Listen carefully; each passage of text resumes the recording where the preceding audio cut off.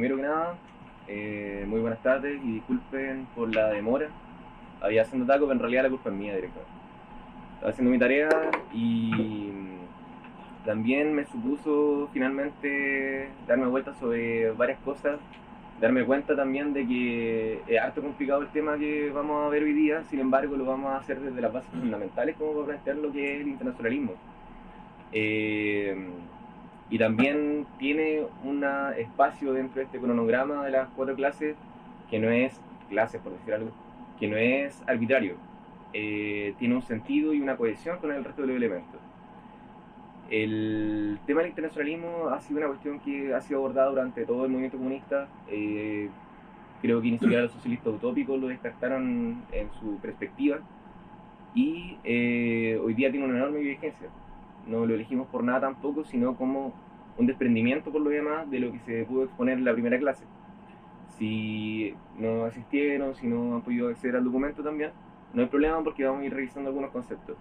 Necesito igual que me vayan diciendo si es que me estoy demorando mucho, si no se está entendiendo, si es que me estoy dando vuelta un poco lo mismo. Pero quería comenzar en realidad preguntando como qué piensan cuando escuchan la palabra internacionalismo. Bueno, como una forma de orientar la lucha revolucionaria, como poniéndola como algo internacional, evitando que los movimientos caigan o por un lado en un chauvinismo que impida que se centren en lo que es realmente importante, la lucha revolucionaria, o por otro lado un nihilismo nacional que niegue siquiera la existencia, que niegue la existencia de la nación, que también paralice el movimiento.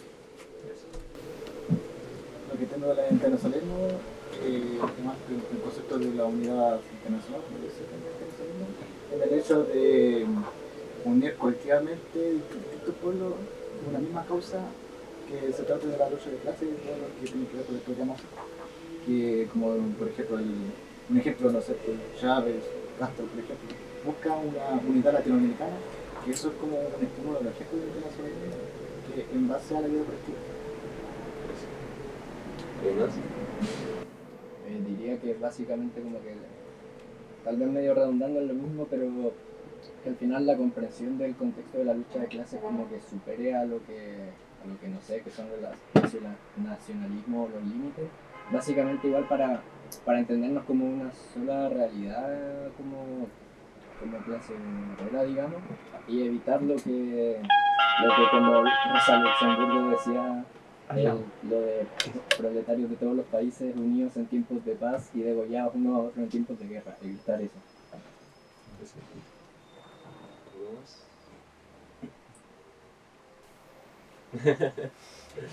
Sí, voy a empezar a seleccionar gente, pero no sé si está. Es que vale un poco redundante en cuanto a la respuesta de los compañeros, pero es una de las características también del marxismo de entender la lucha de clases a raíz de su carácter internacional, donde el proletariado contra la burguesía y entender esa característica misma.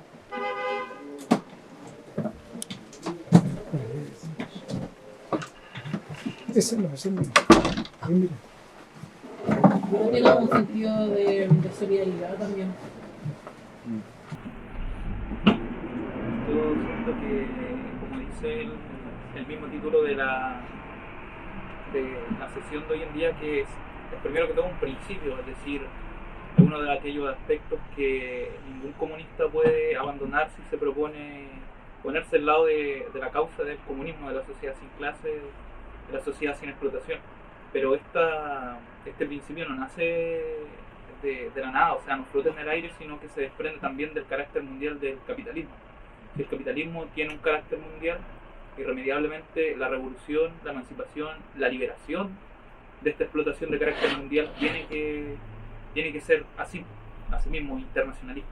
Y eso igual es sumamente importante porque por mucho que existan experiencias que se pueden valorar más, valorar menos, que tienen luces, que tienen sombras, la experiencia cubana, la experiencia soviética, hoy día mismo la propia experiencia venezolana, creo que han dejado demostrado que si esas experiencias no logran generar un ímpetu o una movilización continental, por lo menos, es muy difícil que esos proyectos prosperen, porque el internacionalismo y la implantación de un sistema alternativo al capitalismo es necesariamente internacional. De lo contrario, estamos condenados a los bloqueos, a las intervenciones, a las desestabilizaciones, que muchas veces son ocupadas por propaganda por el enemigo, principalmente Estados Unidos, para desprestigiar esos procesos políticos. ¿Algún comentario adicional? Yo quería hacer un alcance respecto igual a lo que decía el Nacho, además de ver el tema del internacionalismo como un principio, como un tema de convicciones, también verlo como una suerte de herramienta. Yo creo que eso es súper importante, y además de la disputa con los que ya tenemos como claridad respecto a los que son nuestros adversarios, también como un elemento que nos sirve para afrontar debates hoy día que son más contemporáneos dentro del margen de lo que se puede decir la izquierda. Sobre todo hoy día cuando vemos, por ejemplo, que la posmodernidad, sobre todo las líneas que estamos pensando, por ejemplo, en la interseccionalidad, van creando muchos sujetos distintos por distintas categorías de opresión y todo lo que sale desde la academia. El internacionalismo es justamente lo contrario a lo que nos vuelve comunes.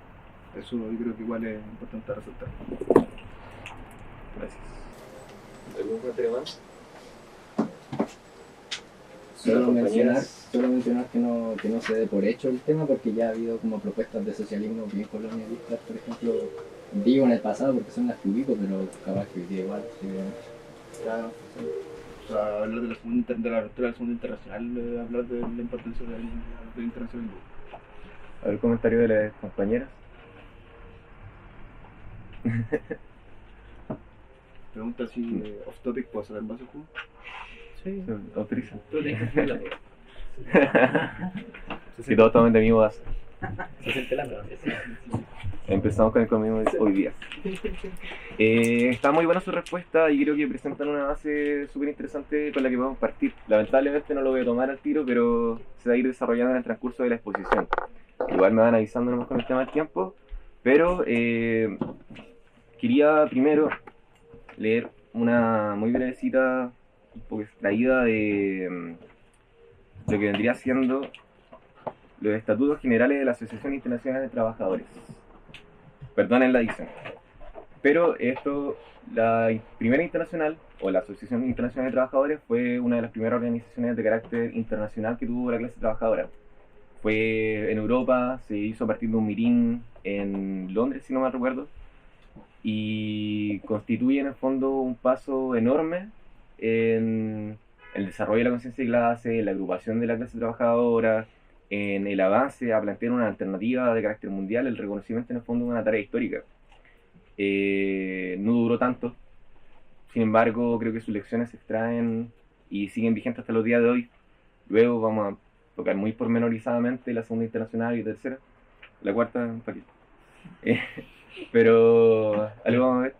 Pero en el estatuto que fue pedido fue pedida la reacción por Marx, señala lo siguiente, y con esto comienza: considerando que la emancipación de la clase obrera debe ser obra de los obreros mismos, que la lucha por la emancipación de la clase obrera no es una lucha por privilegios y monopolios de clase, sino por el establecimiento de derechos y deberes iguales y por la abolición de todo privilegio de clase, que el sometimiento económico del trabajador a los monopolizadores de los medios de trabajo, es decir, de las fuentes de vida, es la base de la servidumbre en todas sus formas, de toda miseria social, degradación intelectual y dependencia política, que la emancipación económica de la clase obrera es, por lo tanto, el gran fin al que todo movimiento político debe ser subordinado como medio, que todos los esfuerzos dirigidos a este gran fin han fracasado hasta ahora por la falta de solidaridad entre los obreros de las distintas ramas del trabajo de cada país y de una unión fraternal entre las clases obreras de los diversos países, que la emancipación del trabajo no es un problema nacional o local, sino un problema social que comprenda a todos los países en los que existe la sociedad moderna y necesita para su solución el concurso teórico y práctico de los países más avanzados, que el movimiento que acaba de renacer entre los obreros de los países más industriales de Europa, a la vez que despierta nuevas esperanzas, da una solemne advertencia para no recaer en los viejos errores y combinar inmediatamente los movimientos todavía aislados.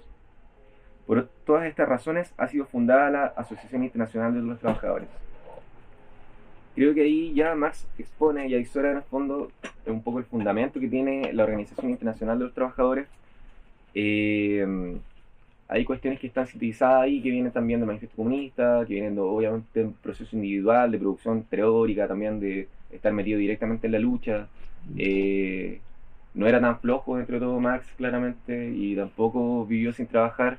Él escribió más o menos unos 62 volúmenes con Engels, y entre ellos obviamente se da cuenta de su trabajo periodístico dentro de la Gaceta Renana, su persecución, su aislación, su exilio, su marginación, y ahí en el estatuto está un poco manifestado cómo fue cundiendo ese desarrollo, que evidentemente es posterior al manifiesto. Sin embargo, en el manifiesto yo creo que todos hemos escuchado como la frase de proletarios de todo el mundo unidos, o que la clase trabajadora, su lucha es de contenido, o sea, de forma nacional, pero de contenido mundial.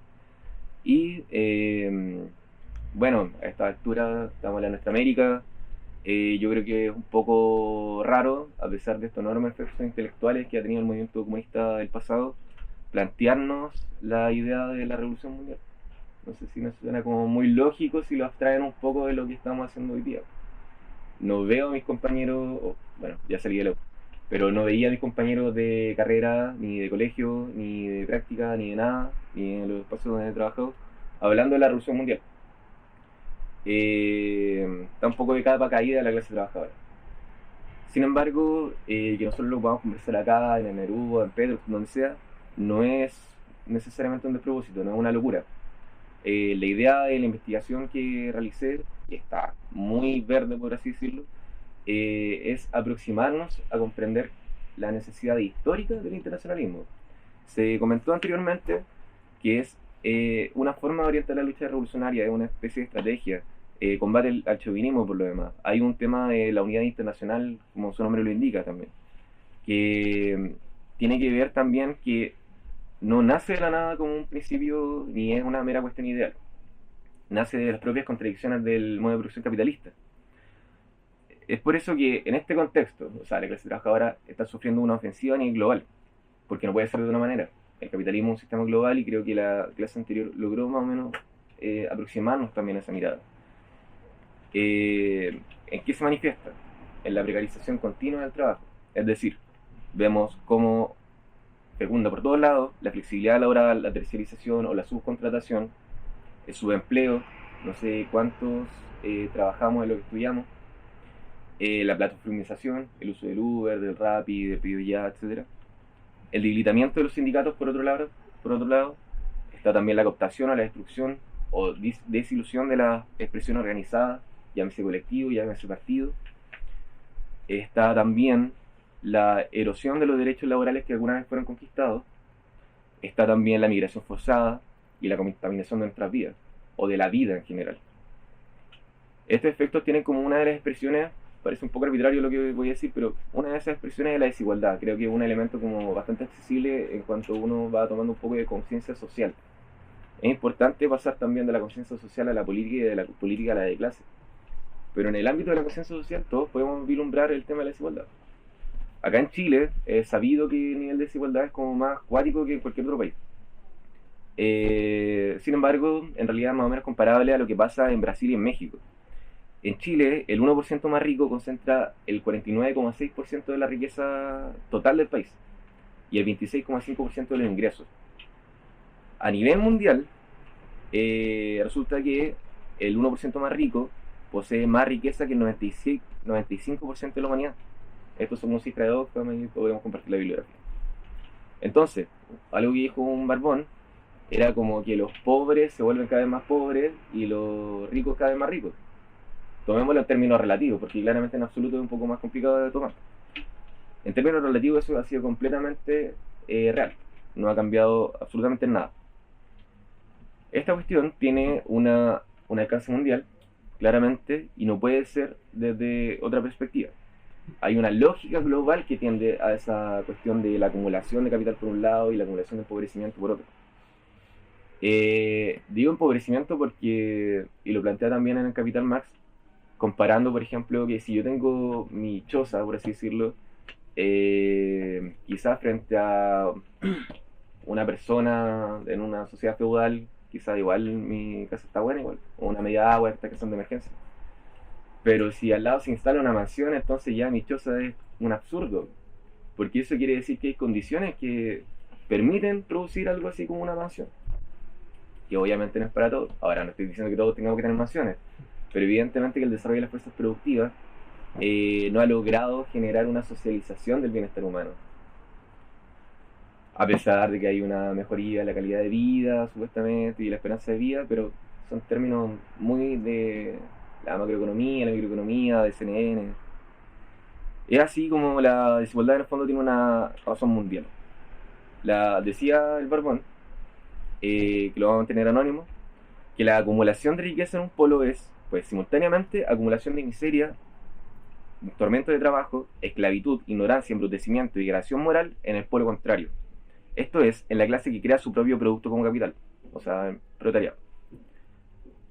Antes de ello, en el manifiesto inaugural de la Asociación Internacional del Trabajo, lo que venía antes del estatuto, ahí también evidenció que mientras exista la base falsa de hoy, que se está refiriendo al capitalismo, cada nuevo desarrollo de las fuerzas productivas del trabajo ahondará necesariamente los contrastes sociales y agudizará cada día más los antagonismos sociales.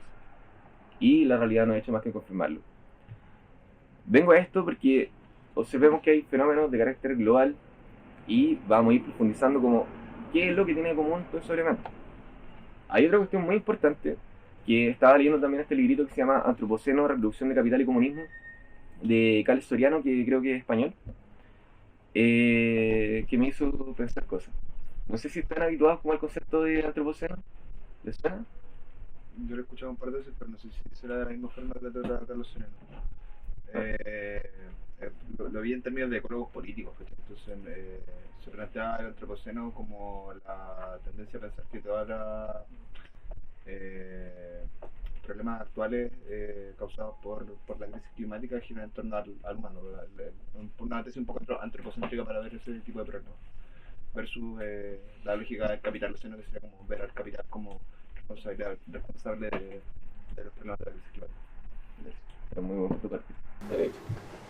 ¿O no? Es como lo que iba a decir, básicamente. Ya. No sé si... Tampoco he profundizado mucho en el tema, pero claro, como mencionaba el compa, al final está incluyendo a toda la humanidad como por igual en esta lógica de que como humanos, independiente de nuestras condiciones, hemos generado los cambios incluso a nivel geológico. Pero... a ver si me acuerdo lo que iba a decir. Cuidado. Se me fue todo. Levanté la mano, ¿no? Ya. Pero claro, o sea, antropo viene como el hombre, una cuestión. Me acordé que no sé, que en una de esas incluso, pero no sé si tan profundizado, pero no sé si será porque tendrá alguna como idea establecida de naturaleza humana incluida dentro, no lo sé. Pero me imagino que algo tiene que haber para como meternos a todos en el mismo saco, básicamente. Es que ahí está la cuestión. Bueno, Soriano toma un poco lo que están comentando ustedes dos y le da un poco la vuelta al sentido del antropoceno, una cuestión que también se ha disputado dentro de la estratigografía, dentro de la geología, por lo que tengo entendido, y también la geología en general. Se ha disputado el concepto, se ha intentado redefinir, se ha intentado como profundizar hasta analizar lo más concreto y eliminar un poco como esta idea de es el hombre genérico, el ser humano. No, pues, acá todas las cuestiones que incluso los liberales que están dentro del mundo de la geología como más progresistas, me imagino, han dicho sí, pues como que el antropoceno parece que parte como hace 300 años. Entonces, si parte hace 300 años, como que nos dice que el resto de la historia de la civilización de la humanidad, o sea, estamos hablando de 22.000 años, no haya habido como antropoceno, no se haya generado, ni siquiera se está gestando, por así decirlo, como tal. Entonces, Soriano lo que hace es definir el antropoceno como la fase de la historia de la Tierra en que los humanos organizados socialmente de forma capitalista han devenido una fuerza planetaria capaz de producir transformaciones en el planeta similares a las producidas por las fuerzas naturales. O sea, que llegamos a un grado tal en donde podemos compararnos como fuerza humana, capitalistamente desarrollada, que es parecido como a las glaciaciones, a estas grandes transformaciones que ha sufrido la geosfera terrestre. Es ahí cuando Soriano igual evidencia esta cuestión, o sea, una nueva problemática que realmente no está nueva, igual se empieza a discutir como en los años 70, pero el problema ya existía. acá hay una cuestión de implicancias que no tiene solamente que ver con la explotación del género humano, sino que está inevitablemente en relación a la naturaleza de la que formamos parte, porque formamos parte de la naturaleza, porque somos animales y la vida que alberga la naturaleza misma. Dice Soriano que en el fondo hay, o sea, no es que lo diga, es que hay evidencia empírica que demuestra cómo el impacto del ser humano en el capitalismo abarca distintas geósferas terrestres, que son la litósfera, la hidrósfera, la atmósfera, la biosfera. Yo no cacho mucho de geología, la verdad, pero parece que ha impactado harto el ser humano. Y tiene unos cuantos indicadores que son, entre algunos, el aumento de gases de efecto invernadero, que es como lo más conocido y lo que uno asocia como en el fondo a la crisis climática, la elevación global de la temperatura, la acidificación de los océanos, la pérdida de masa forestal tropical, la concentración de nitrógeno en las aguas costeras y la pérdida sostenida de especies. Esos son solamente algunos de los indicadores que tiene esta crisis del antropoceno, que podría entenderse como algo más general que la crisis climática. Marx, nuevamente el caballero, como que intuyó algo hace casi 200 años, que es que la producción capitalista solo desarrolla la técnica y la combinación del proceso de producción social, minando simultáneamente las fuentes de toda riqueza, que son la tierra y el obrero. O La naturaleza no está la tierra. sí, pero lo utilizan en cierta medida como sinónimo. Lo que pasa es que también está esta frase que es como el capital destruye sus dos fuentes de riqueza, que es la naturaleza y el obrero. Pero esta era como la original, así, dentro del texto. Ya, entonces tenemos por un lado el antropoceno, parece que nos vamos a morir. No sé si es necesario afirmar con una tesis colapsista de que efectivamente nos vamos derechito al colapso, porque hemos visto también que el capital tiene una enorme fortaleza en tanto es capaz de reconfigurarse para mantener su régimen de acumulación. Entonces, en el momento que salga más conveniente o más rentable producir paneles solares, se produce paneles solares. En el momento que salga más conveniente cambiar los combustibles fósiles por energía renovable, se cambia entonces. El tema es qué es lo que tiene que pasar para que lleguemos a esa situación. O sea, tiene que bajar efectivamente la rentabilidad. Y mientras no baje, no necesariamente va a ser deseable. Ahora, la contratendencia podría ser que en el fondo la fuerza humana, medianamente consciente, le podría decir, pongamos impuestos verdes, pongamos políticas como de políticas verdes que intenten propagar un poco esta cuestión de energías renovables o hacer planes energéticos, pero van a contratendencia y nunca son suficientes. Chile tiene un papel ahí en donde, por lo que tengo entendido, tiene una buena connotación a nivel mundial como el tema energético y la cuestión. Pero eso es Chile. Sabemos que quienes más producen contaminación es China, Estados Unidos, la India, países de Europa. Y países de Europa. No soy tan tonto. Entonces, hay un problema de escala global, planetaria, cuático. Como que se pierdan los glaciares, que se mueran las especies, que tiene una repercusión muy cuática en nuestra propia vida y obviamente en la vida de la naturaleza.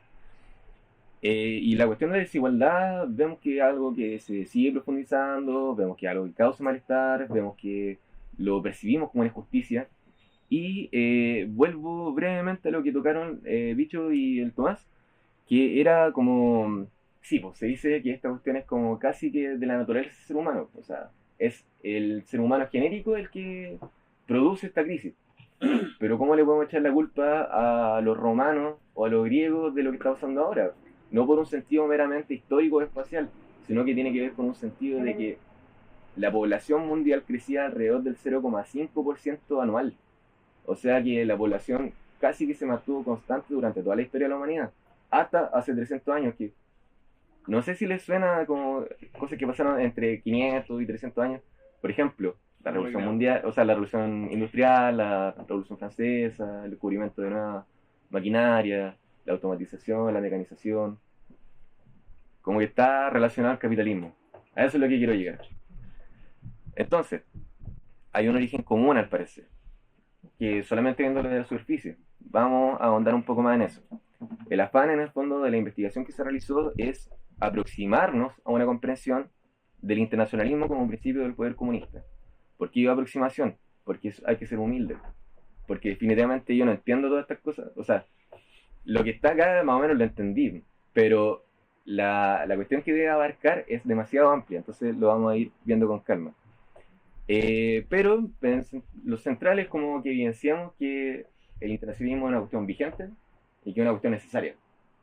No emana de nuestro deseo, y tampoco es una urgencia porque estemos apurados, sino que tiene que ver con un sentido de realidad.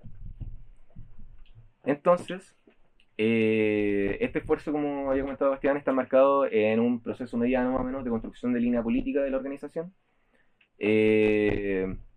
No es como una cuestión de nuestra propiedad, sino que tiene que ver con el avance también del movimiento socialista penquista, nacional, mundial, interplanetario, galáctico. Entonces, en el fondo son unos cuantos gramos para la mezcla del cimiento que tenemos que ponerle acá a la construcción política y al desarrollo político de la clase trabajadora, nosotros y nosotras como parte de la clase trabajadora, y que podamos luego esto materializarlo en una perspectiva revolucionaria que se haga camino al andar, o sea, que se realice. Entonces, yo creo que después de esto me dicen si es que pueden concebir hoy día como la revolución no como una broma, una cuestión añeja, una cuestión de los 60 o de viejos con cabeza de pistola, sino de que como una cuestión realidad, de realidad que emana de la realidad inmediata y que tiene una necesidad política detrás.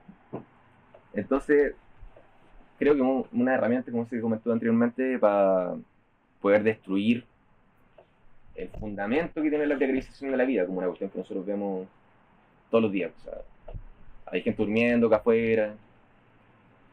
No creo que esté tan bueno el sistema si hay gente durmiendo afuera. Entonces, es una aproximación.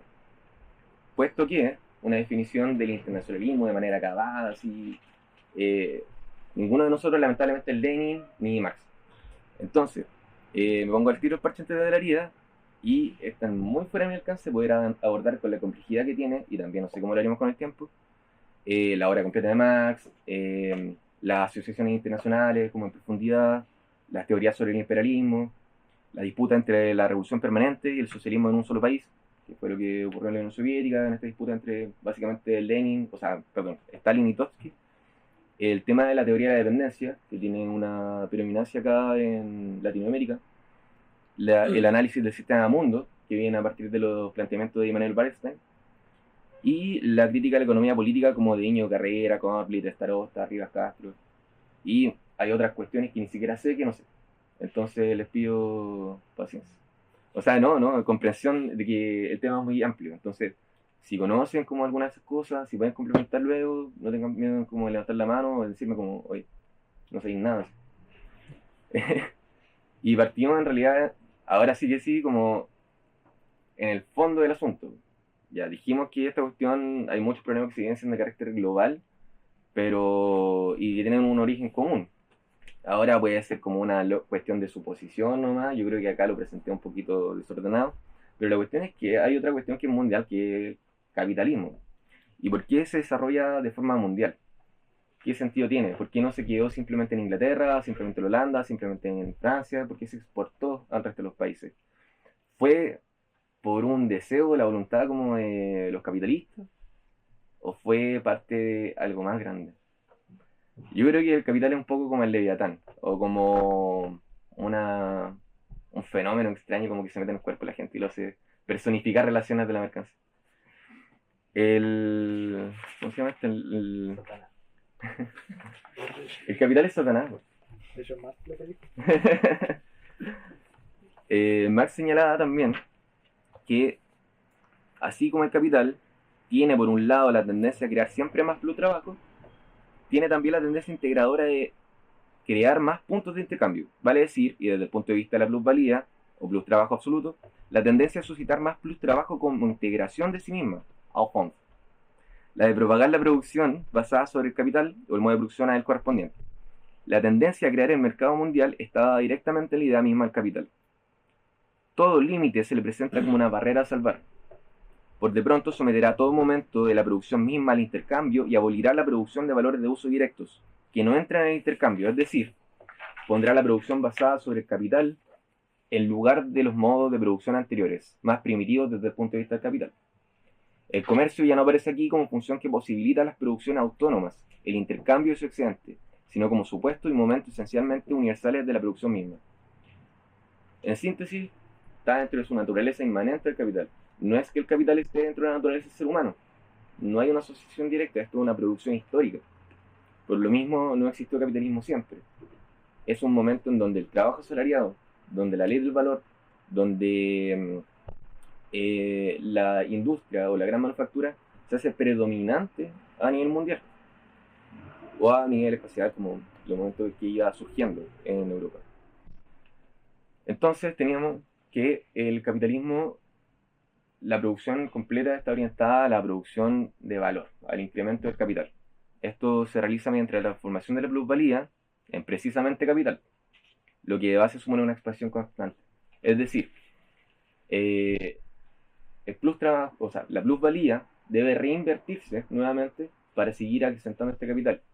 Hoy día le presenté este documento a mi mamá, me dijo que estaba malo, pero dentro de todo, De castigo. como que pudimos generar una relación dialéctica ahí, un bonding dialéctico, que tenía que ver con, o sea, ella me señaló como, le pregunté, y se los pregunto a ustedes también, ¿por qué creen que el capitalismo es mundial?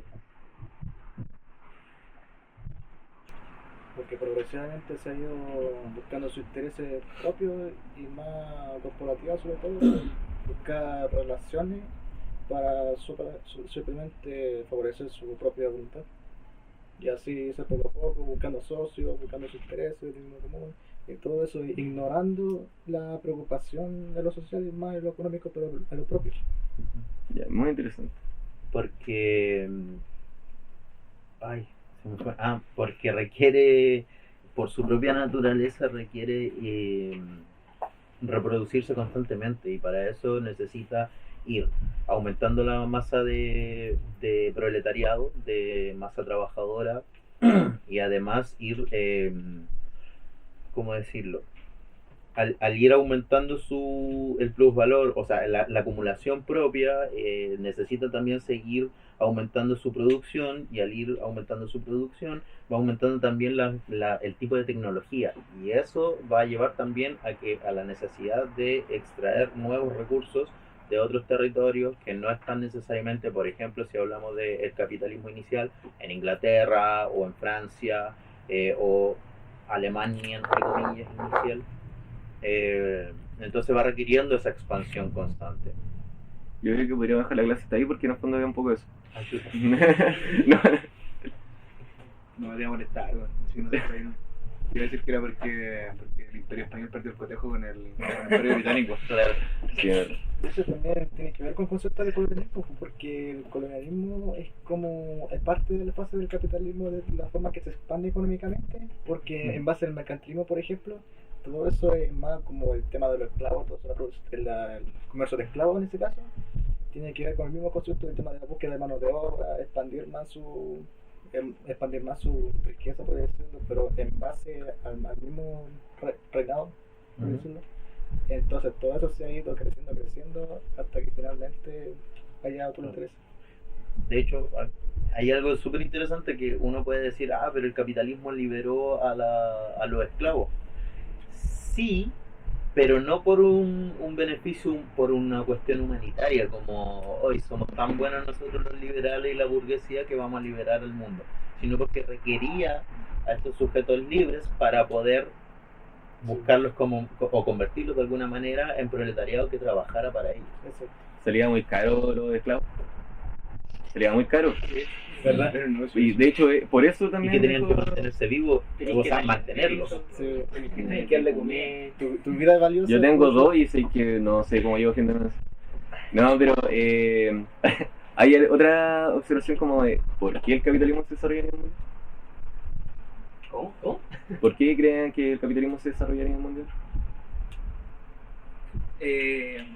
Bueno, un poco como complementando lo que dicen los compañeros, incluso intentando hacer una unidad de ambos comentarios sobre la colonización y la necesidad de la reproducción. O sea, Marx plantea en el Capital el tema de que el capital se sustenta, o sea, la lógica del capital se sustenta bajo la idea de la acumulación ampliada.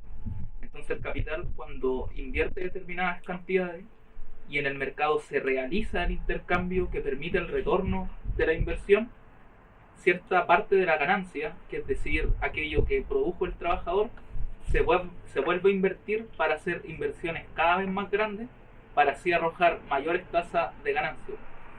También esto es interesante adjuntándolo con el tema del colonialismo, porque lo que motivó e impulsó a la repartición de África, por ejemplo,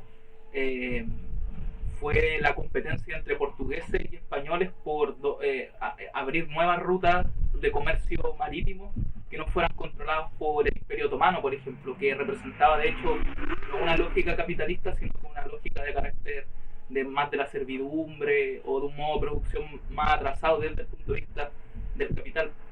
Y en ese sentido, eso permitió el desarrollo de las embarcaciones, permitió el desarrollo de la vida marítima, y eso también llevó al descubrimiento de América y a la repartición de África. Esto se vuelve aún más interesante cuando nos damos cuenta de que uno creería que por el descubrimiento de estos territorios y la repartición de estos territorios, los países de Europa se iban a hacer más ricos.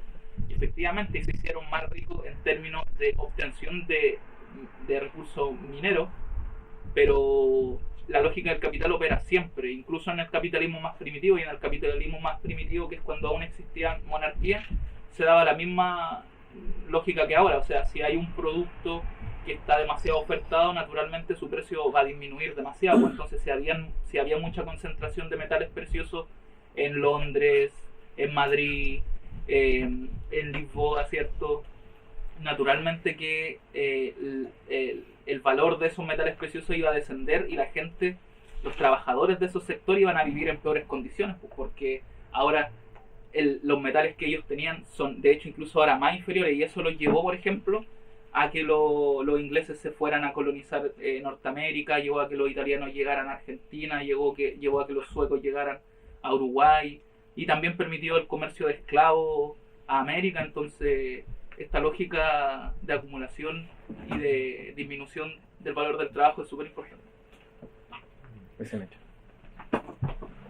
Yo quería hacer breve aporte que, ya que se salió todo el tema de la colonización, también el tema de como la perspectiva del sujeto conquistador, de cómo ver a las demás tierras o a los demás seres humanos como algo a que explotar. Es decir, la división entre, por ejemplo, yo y la naturaleza, de que no lo veo como uno solo, sino que, por ejemplo, cuando veo un árbol veo como un recurso al cual explotar. Eso también tiene como, en un momento lo mencionamos, también con la separación entre naturaleza y trabajador. Ahí el capitalista ve al trabajador como algo al cual explotar, al cual instrumentalizar, no lo ve como un igual, como un sujeto. Sí, como un hermano. Entonces eso igual tiene relación con el capitalismo.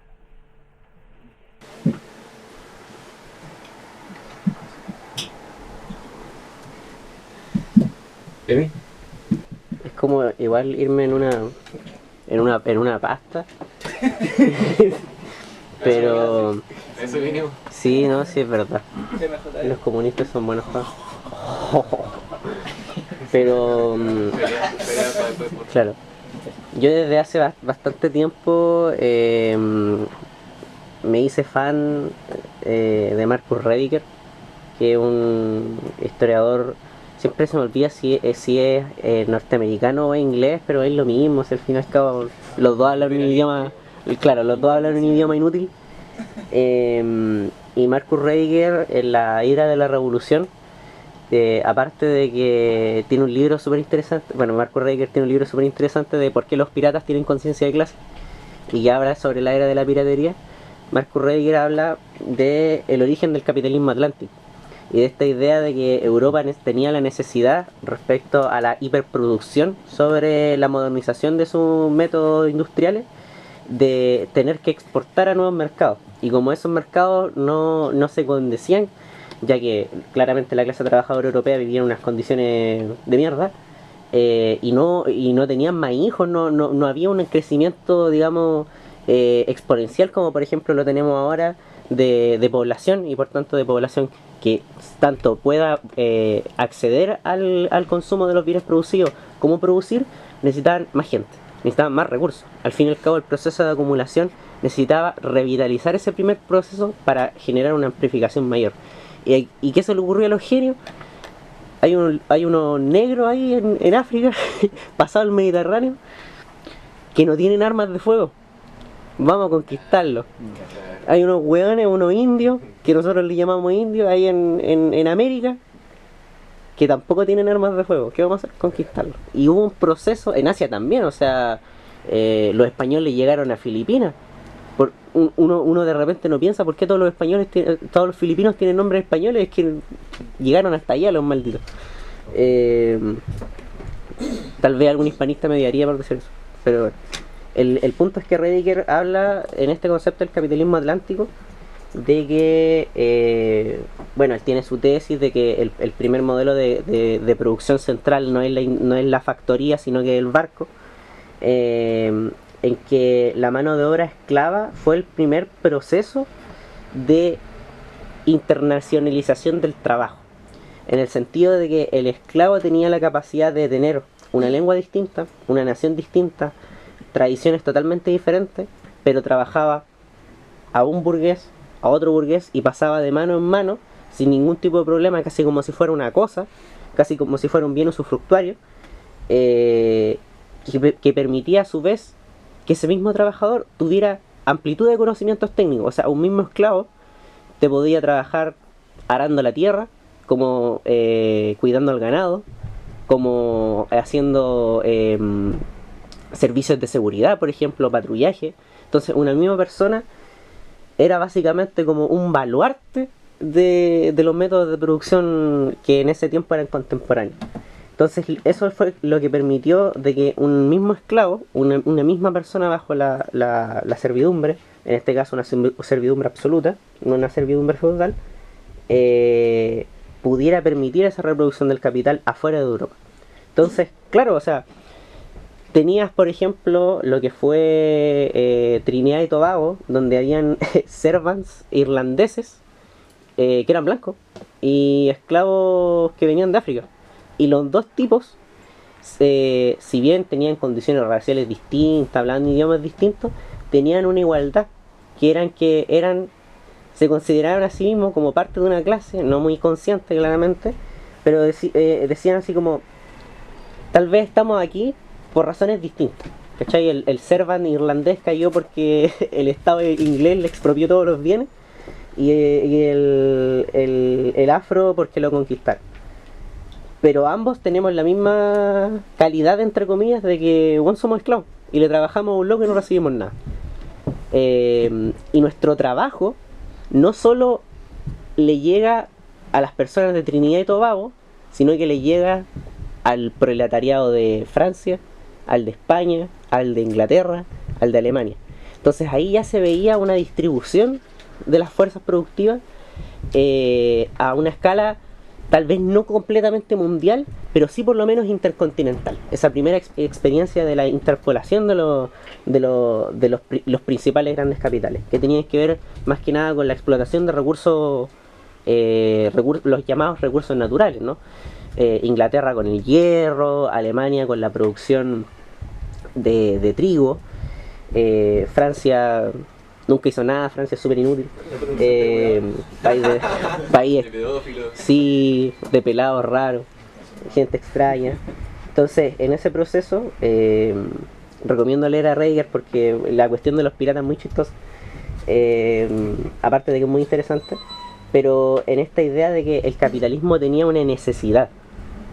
No es como que el capitalismo fuera un ser vivo, o sea, tampoco la idea es como hablamos del capitalismo como si fuera una persona, pero el sistema necesitaba reproducirse en un proceso de crisis, que era un proceso de sobreproducción y baja de la demanda, que necesitaba abrirse a nuevos mercados.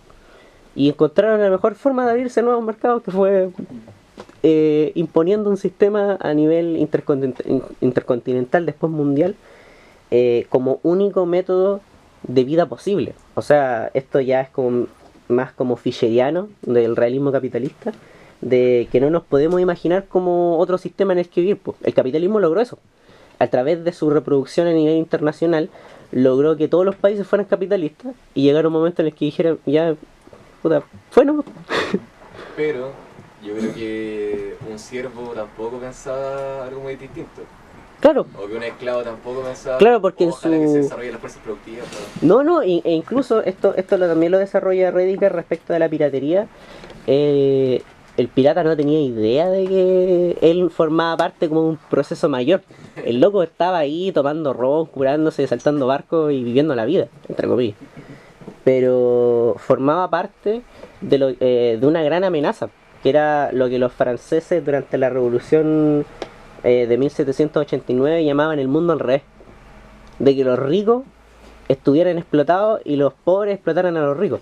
Entonces este proceso de subversión, digamos, de las clases explotadas y las clases explotadoras se representaba en la piratería, que fue como el primer intento de revolución internacional, en las palabras de Rediker, claramente está, de que eran un sujeto que se subvertía a los métodos del capitalismo.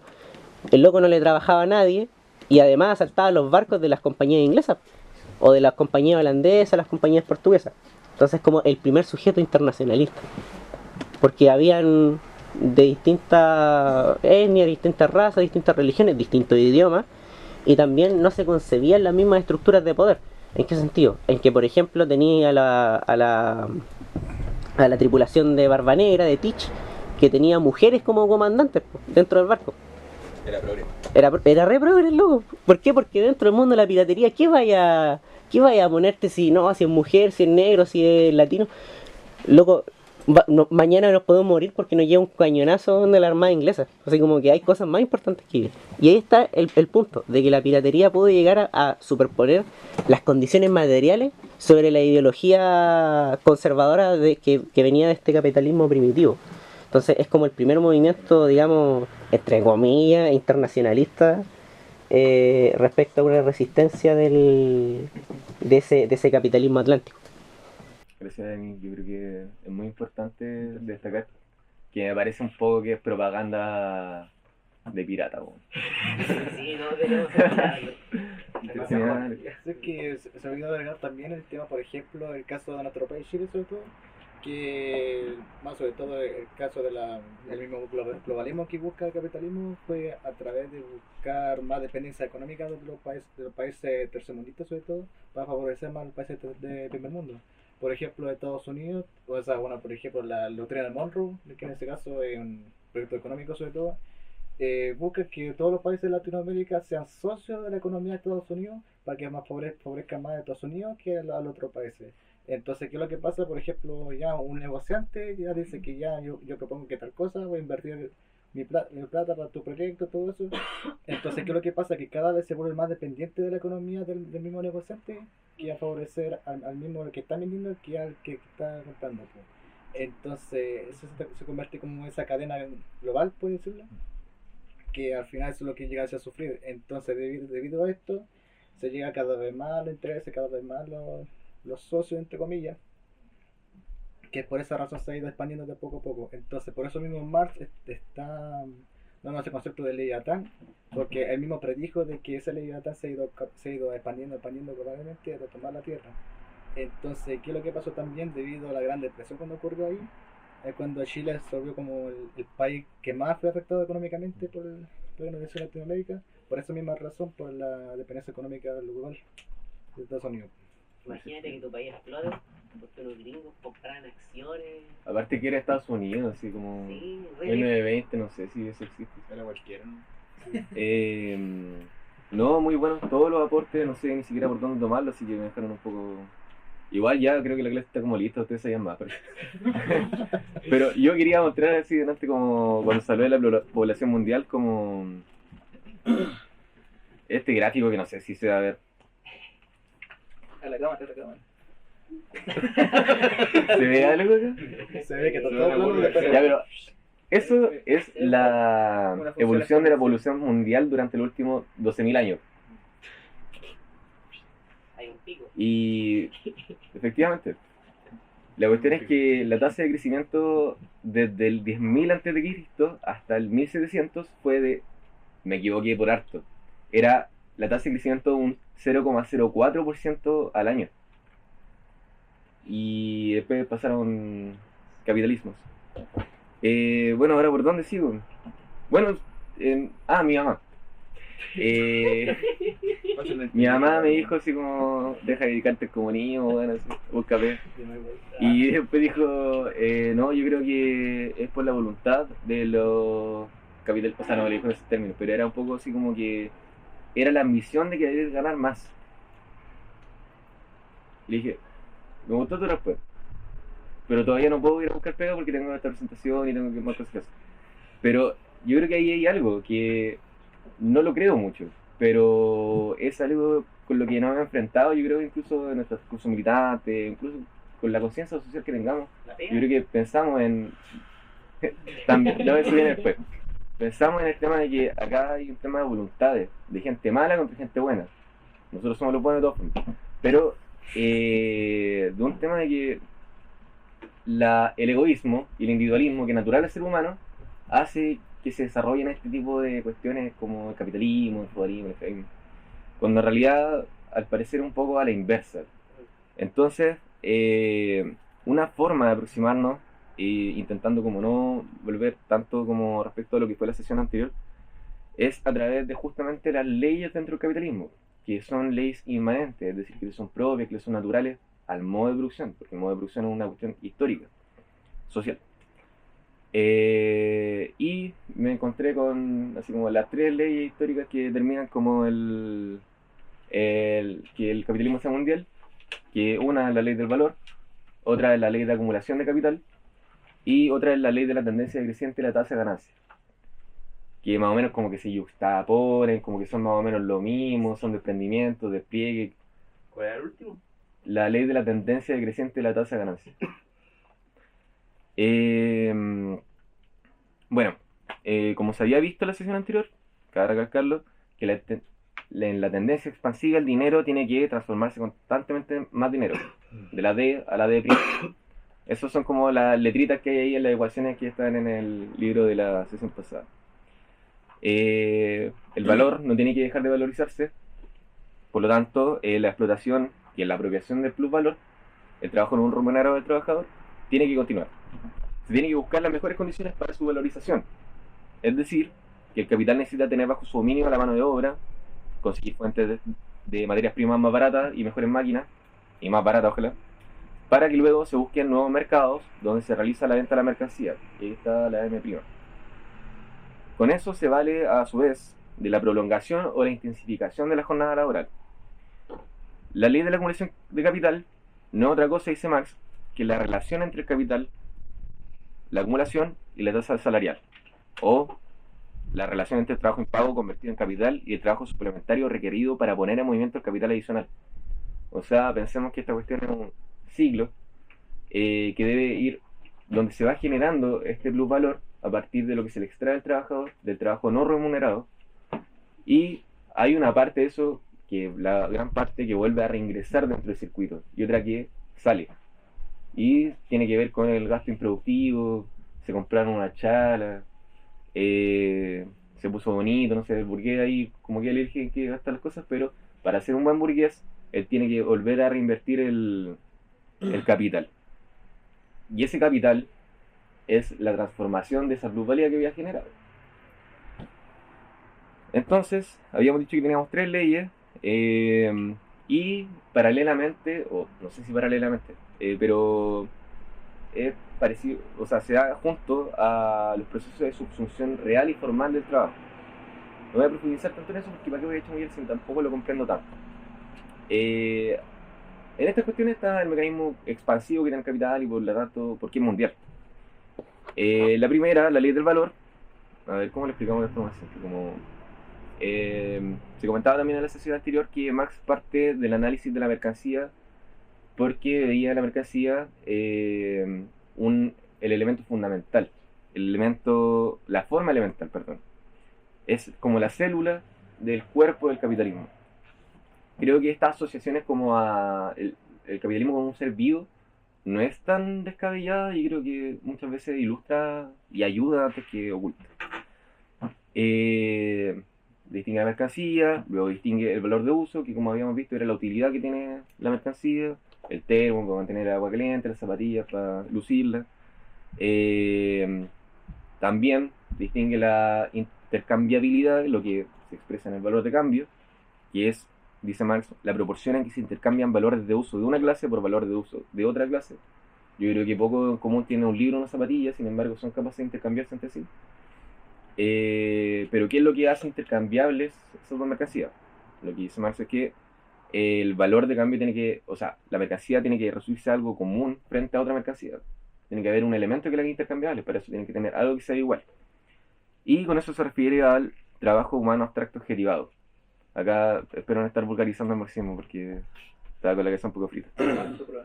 Trabajo humano abstracto objetivado, que ya, trabajo humano, no sé si lo ubicamos por acá, porque es puro comunista. Ya, pero abstracto quiere decir que es indiferenciado si es que es del zapatero, del carpintero, del informático, de quien sea. Es abstracto. Sin lo cualitativo. Sin el elemento cualitativo, efectivamente. Y objetivado porque está imprimido en la mercancía. Para no repetirnos en lo que se señaló anteriormente, vamos a decir que la ley del valor explica que el valor de una mercancía está determinado por la cantidad de trabajo abstracto socialmente necesario para su producción. Y la magnitud de valor, en cambio, es el tiempo de trabajo socialmente necesario. O sea, le estamos midiendo a partir del tiempo, que es como esta sustancia común que hay frente a distintos trabajos abstractos. Cuando hablamos de socialmente necesario, ¿quedó claro en la sesión pasada? ¿Estaba consolidado ese ¿Qué cosa no? el trabajo socialmente necesario? Que sea socialmente necesario. Por si acaso, cito palabras de Marx. Es el requerido para producir un valor de uso cualquiera en las condiciones de producción sociales normales y con el grado medio social de destreza e intensidad del trabajo. Hay un ejemplo que tienen siempre los liberales que es como, ya, pero si yo estoy en mi casa, ya, parte de la premisa de que hay una persona media tonta. Estoy en mi casa y quiero hacer un auto. Y le digo 5 años de trabajo al auto. 5 años de trabajo necesario para producir el auto. Pero lo llevo al mercado y resulta que no puedo competir contra... Bueno, en realidad es una contradicción directa. O sea, no puede colocarle simplemente el... No puede competir contra las empresas capitalistas que producen autos. Y no va a tener más valor por llevar más tiempo de trabajo. Porque estamos, por lo mismo, hablando de trabajo socialmente necesario. O sea, ¿cuánto tiempo requiere la sociedad para producir un auto? Si comprendemos esta lógica expansiva que la sociedad capitalista va a lo global, hay una esencia, o sea, un sentido común respecto al tiempo que se demora la producción en hacer algo. Y, por ejemplo, comentaba el anónimo en el escrito que para producir un celular Xiaomi necesitaba como 17 segundos, algo así.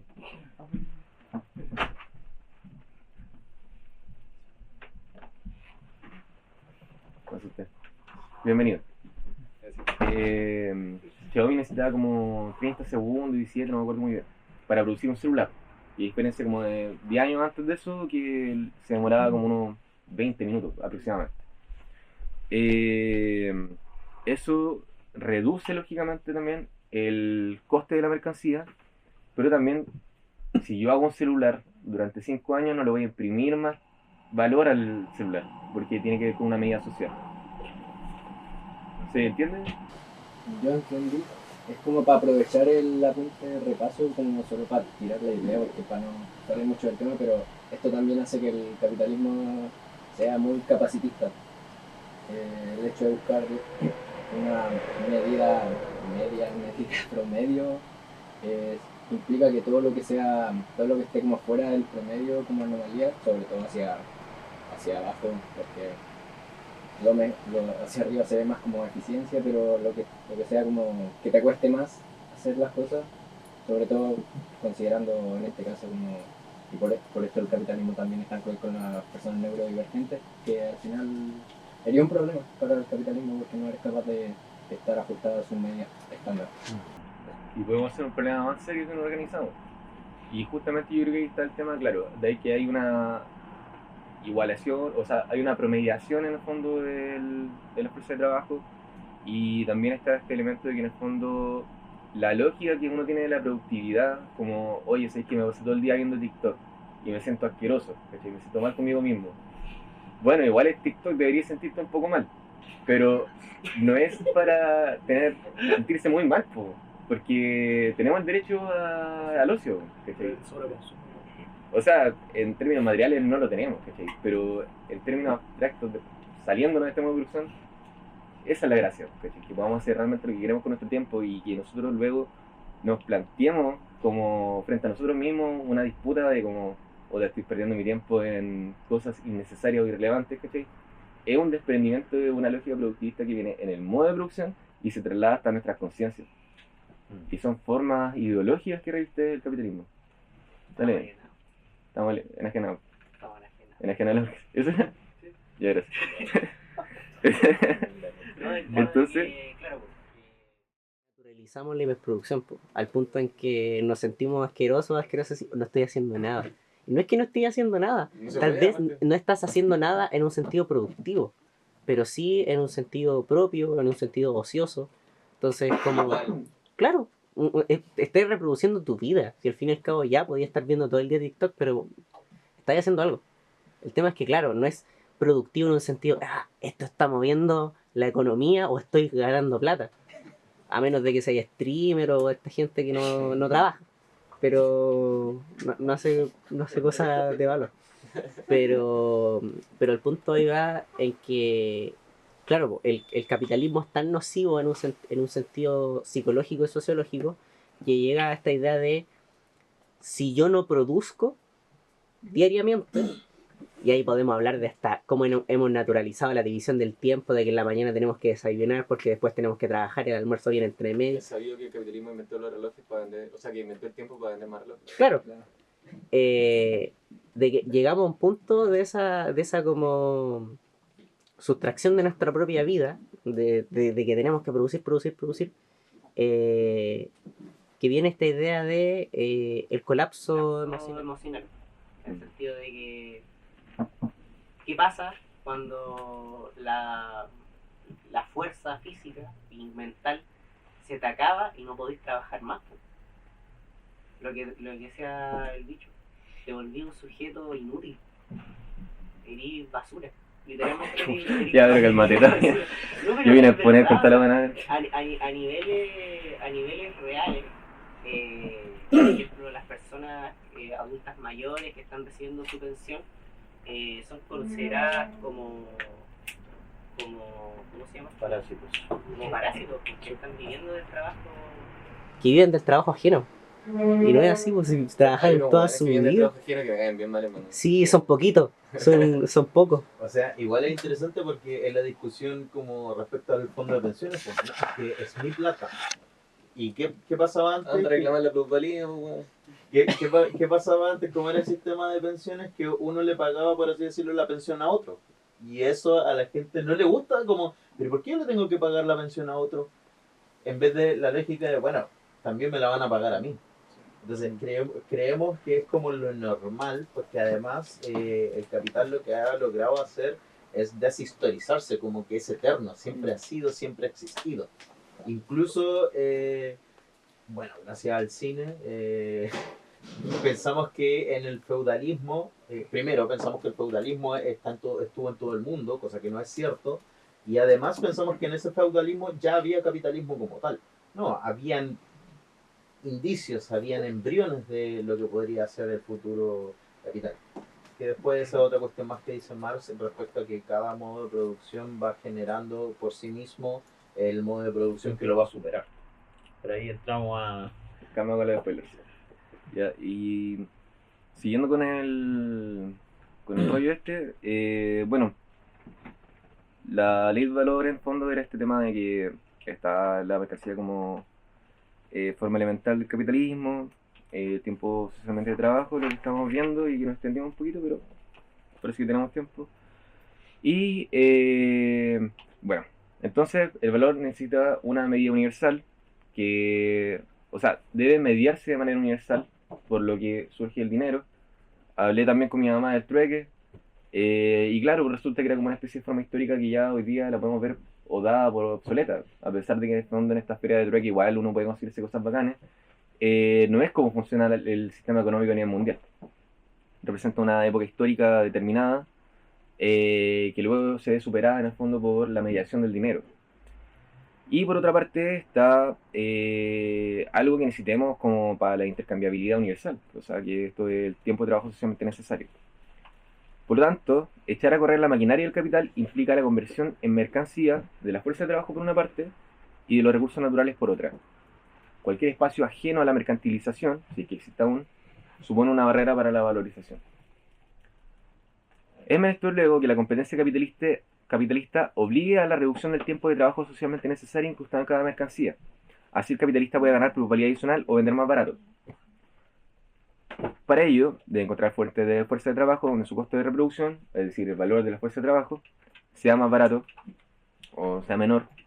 Y así se expande hacia locaciones en el fondo donde los salarios son más bajos, donde se puede extraer plusvalía relativa, reduciendo el valor de la fuerza de trabajo global o la plusvalía absoluta imponiendo jornadas más largas.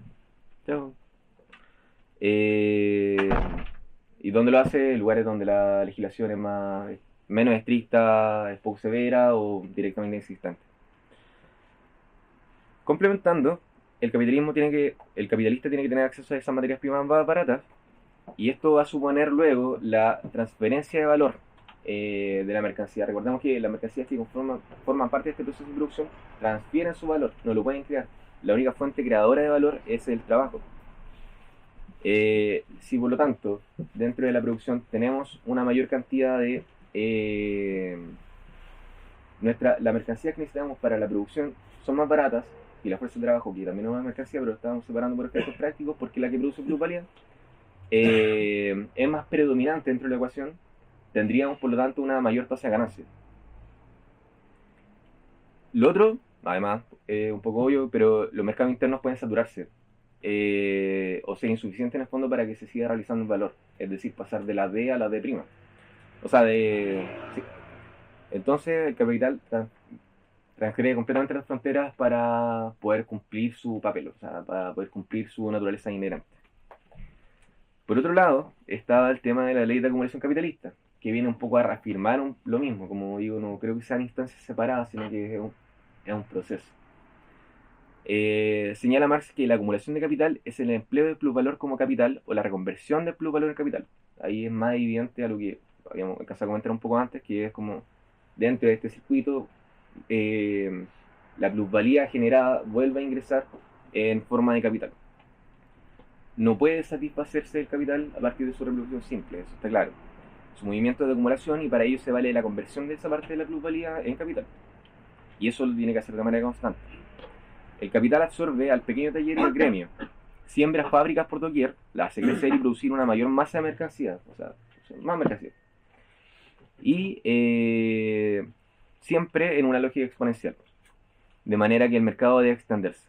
La expansión geográfica constituye una salida para que esta masa de mercancías permanente crecimiento pueda realizar su valor.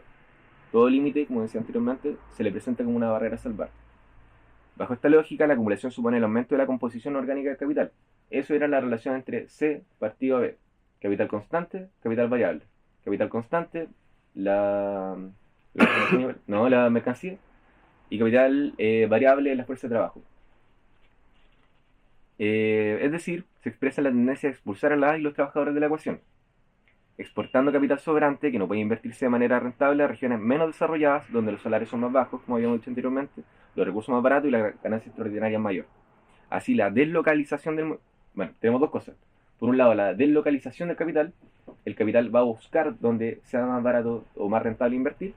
Y la migración, que es que el capital atrae a la fuerza de trabajo que necesite en peores condiciones usualmente para su propia venta de fuerza de trabajo. Eso de manera muy somera, también porque lo hemos tratado un poco más arriba. También, un ejemplo, el tema del campo ciudad, o ahora el típico ejemplo de los venezolanos. Quiero aprovechar de condenar de nuevo a toda la gente que es xenofóbica, porque no está bien. O sea, por eso mismo también estamos hablando del internacionalismo. Luego vamos a hacer un breve comentario sobre el tema del chauvinismo, sobre la xenofobia. Peladera. Sobre la posición pesada. Bueno, y la última ley es la ley de la tendencia creciente de la tasa de ganancia, que es un poquito complicada y a mí también me cuesta sinceramente entenderlo. Pero como su nombre lo indica, bueno, resulta que la tasa de ganancia a nivel global, no tiene que ver con capitales particulares, tiende a disminuir, no es otra cosa que sino disminuir. Esto se ve en una escala histórica mundial. O sea, en este mismo libro están los gráficos que no se va a poder ver porque es muy chiquitito, de cómo en el fondo la tasa de ganancia alrededor de los años 50, alrededor de los años 70, era alrededor del 50% más o menos en la mayor parte de los países desarrollados o capitalistamente desarrollados. Luego resulta que para el año 2020-2019 la tasa de ganancia está alrededor del 15% a nivel mundial. O sea, ha habido una tendencia decreciente de la tasa de ganancia. Es una referencia. Vamos a leer a Marx. Con la progresiva disminución relativa del capital variable con respecto al capital constante, lo que me ha explicado de la mercancía, la máquina, todas esas cosas, frente al trabajo vivo, la producción capitalista genera una composición orgánica crecientemente más alta del capital global, cuya consecuencia directa es que la tasa de plusvalor, manteniéndose constante el grado de explotación del trabajo, e inclusive si esto aumenta, se expresa en una tasa general de ganancia constantemente decreciente. Más adelante se verá por qué este descenso se pone de manifiesto no en esta forma absoluta, sino más bien en una tendencia hacia la baja progresiva. Lo decíamos en una línea histórica, o sea, no lo podemos observar simplemente como en 5 años. La tendencia progresiva de la tasa general de ganancia a la baja solo es, por tanto, una expresión peculiar del modo capitalista de producción, al desarrollo progresivo de la fuerza productiva social del trabajo. Entonces, a medida que se desarrolla el capital, la composición orgánica del capital aumenta, o lo que es lo mismo, cada vez maquinaria y menos trabajo vivo. Y esto es producto a su vez de la competencia y la búsqueda de la plusvalía relativa, como un mecanismo característico del capitalismo, el tema de la búsqueda de la plusvalía relativa. Así es como la ley de la tendencia decreciente de la tasa de ganancia implica una presión interna al capitalismo para su expansión mundial. Porque, ¿cómo la puede contrarrestar? Ahora parece un poco contradictorio que uno diga que el capitalismo tiene tendencia y tiene contratendencia. O sea, como en su seno, en su cuestión inmanente, tiene la tendencia y tiene la cuestión que le hace la contra. Bueno, es contradictorio. Y así es, ¿no? Es dialéctica. Es que eso, es dialéctica. Y por eso el tema de la aplicación del método dialéctico es tan importante, porque en el fondo nos ayuda a descubrir estas cuestiones que, bajo la lógica formal, y yo creo que un poco cómo funciona el sentido común, no podríamos entenderlo, porque en términos muy vulgares, A es igual a A y no puede ser B. Una cosa es la sociedad, otra cosa son los individuos. Pero comprender como esta unidad de los contrarios y otras cosas que yo no manipulo muy bien, puede ayudar a darnos como una visión mucho más compleja de la realidad, pero además también mucho más precisa. Porque en el fondo el capital dentro de su movimiento tiene estas cuestiones de la tendencia, la contratendencia, una forma de ir contrarrestándose. Además de que evidentemente influye en las voluntades individuales de las personas, solamente que pasa que están determinadas en mucha mayor medida por un modo de producción general. Pero tampoco hay que tener tanto miedo como esa determinación capitalista, porque en el fondo vamos a ver que nos da los elementos para romper con el sistema.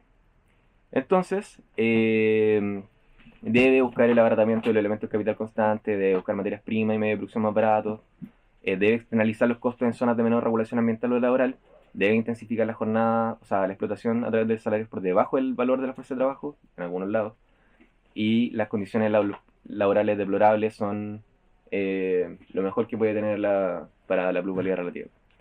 La tendencia creciente de la tasa de ganancia, dice Soriano, que este de acá,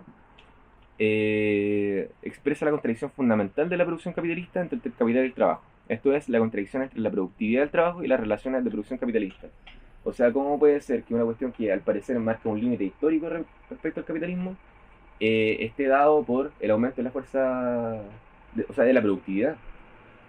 Entonces es contradictorio, porque resulta que hoy día tenemos avances tecnológicos como no ha habido nunca en la historia, un crecimiento económico como no había nunca antes en la historia. Más allá de que lo midamos por el PIB, porque si vamos a medir a la Roma antigua por el PIB no tiene mucho sentido. Lo cierto es que lo que se ha desarrollado históricamente en el capitalismo es inigualable. Ya veíamos el tema de la población, o sea, no es algo que haya pasado nunca antes. Al paralelo que construye esa enorme riqueza, que construye rascacielos, que construye chips, que construye, no sé, la Hatsune Miku holográfica, como esa cuestión sería como brujería hace 200 años.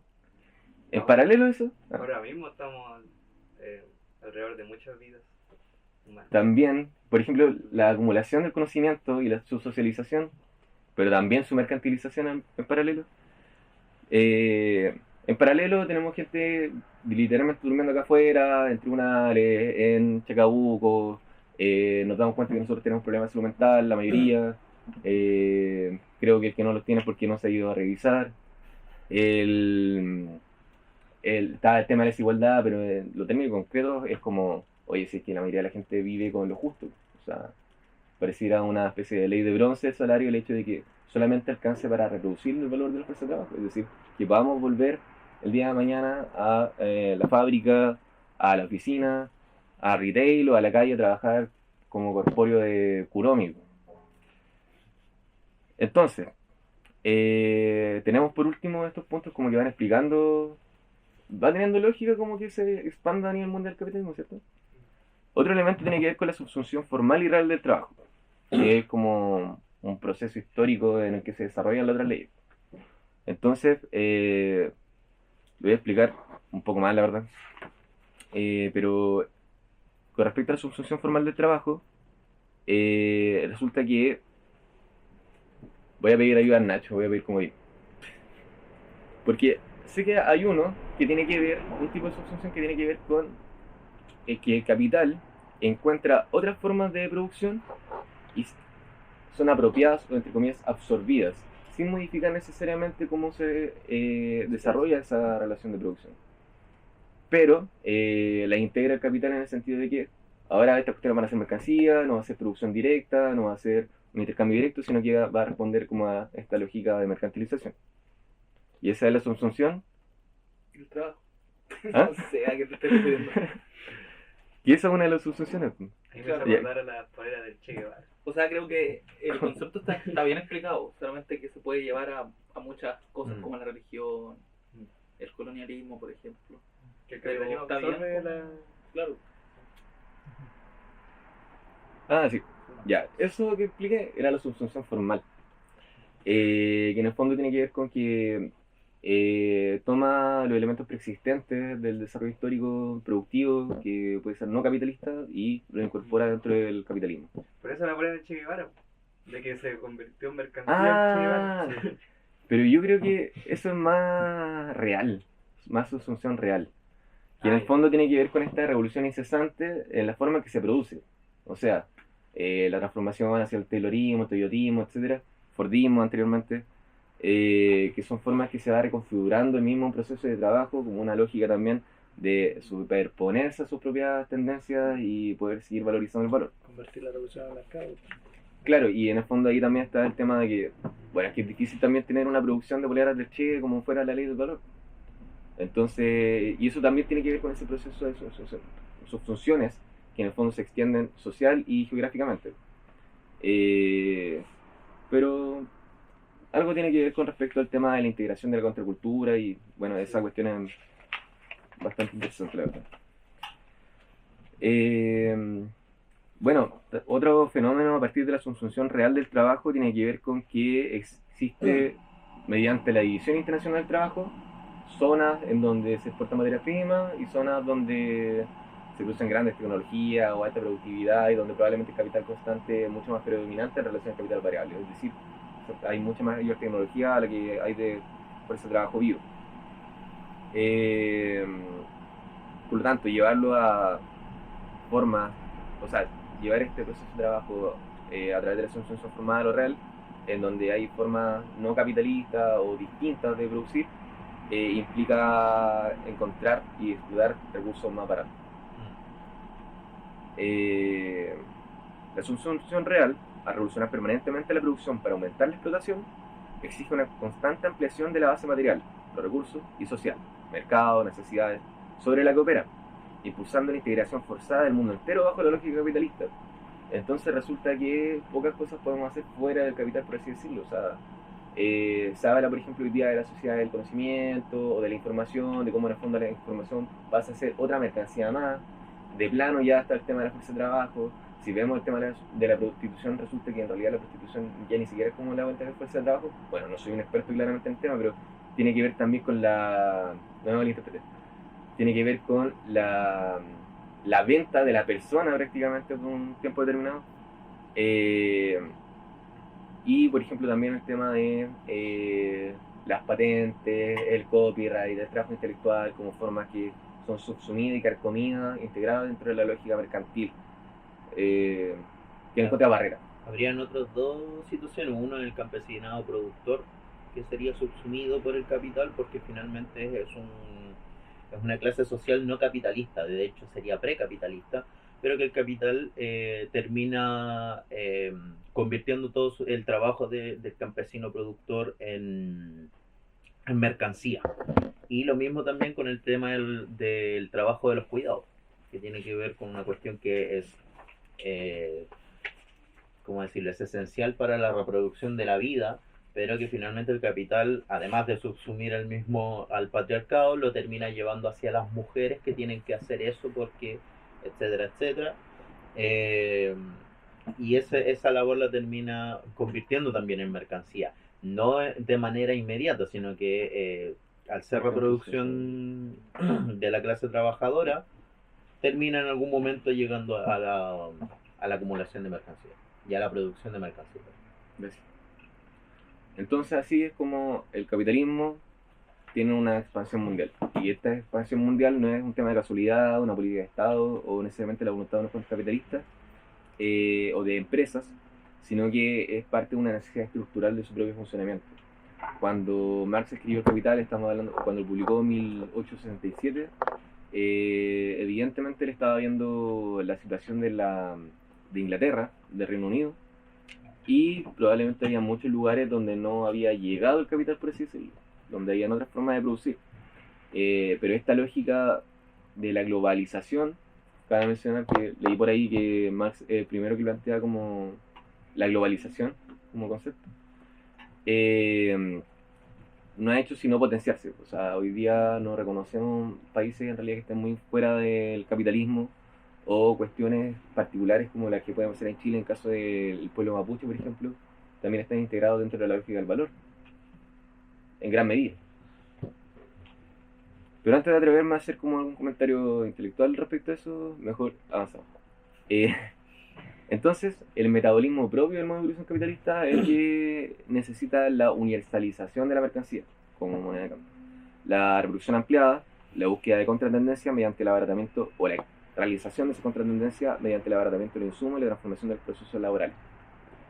Yo creo que a partir de los puntos anteriormente expuestos ya es un poco como absurdo plantear la posibilidad del cambio local, como del socialismo en una sola comuna o en una sola persona, o que el cambio nace por uno, entonces, bueno, puede nacer, pero tiene que propagar. Entonces, como mínimo, creo que si nos estamos enfrentando a un problema global, tenemos que ser capaces de ofrecer una alternativa global. Y dicho eso, en una sala con menos de 20 personas, suena muy atrevido. Pero creo que acá están esbozadas al menos, y acá están desarrolladas mejor, las razones del internacionalismo. Y las razones también de cómo el capitalismo se desarrolla mundialmente. Y a eso no se le puede ofrecer una alternativa localista que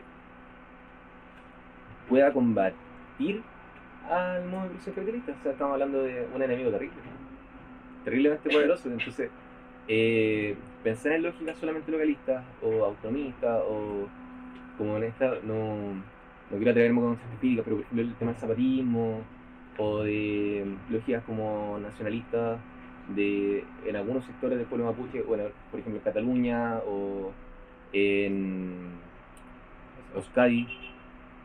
¿Dónde? Es un poco complicado si el fenómeno es completamente mundial. De todas formas, si nos vamos como a lo concreto, igual, por ejemplo, para abordar el tema mapuche, como Yaitul hablaba mucho en un libro que tiene con Arrate, como esta necesidad de poder tener una izquierda con la que hablar. Como que esta deriva que pueda tener algún u otro movimiento también tiene que ver con que si sigue otra lógica, más allá como de la cuestión de clase, puede verse también reducida o atacada en el fondo por el capitalismo como un fenómeno global. Y solamente puede subsanada por una izquierda competente u organismos concretos o expresiones organizadas de la clase trabajadora, pero hay un llamado ahí desde incluso el mismo planteamiento de YouTube. Ahora nos vamos acercando al final. Hay una parte que derechamente no la quise desarrollar porque creo que es mejor que la podamos discutir, pero vamos a hacer como la segunda parte del título, que es como el poder comunista. El poder comunista, o que hablamos cuando hablamos de comunismo, en realidad estamos hablando más o menos de una cuestión similar. Marx y Engels, en la obra La ideología alemana, señalan lo siguiente: para nosotros el comunismo no es un estado que debe implantarse, un ideal al que ha de sujetarse la realidad. Nosotros llamamos comunismo al movimiento real que anula y supera el estado actual de cosas. Las condiciones de este movimiento se desprenden de la premisa actualmente existente. Está hablando inmediatamente de que el comunismo no tiene que ver con una invención mágica, ni con una utopía fantástica, sino que tiene que ver con un producto mismo de la sociedad capitalista. Cuando hablamos de comunismo como movimiento real, estamos desechando, bueno, que anula y supera el estado actual de cosas, estamos hablando de desechar inmediatamente el idealismo político y los enemigos de la dialéctica.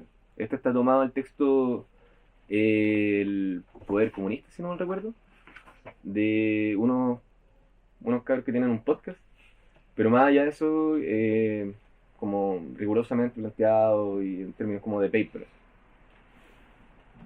Acá estamos diciendo entonces que, primero, que las ideas no son el motor de la historia. El desarrollo histórico no se puede plantear desde esa vista.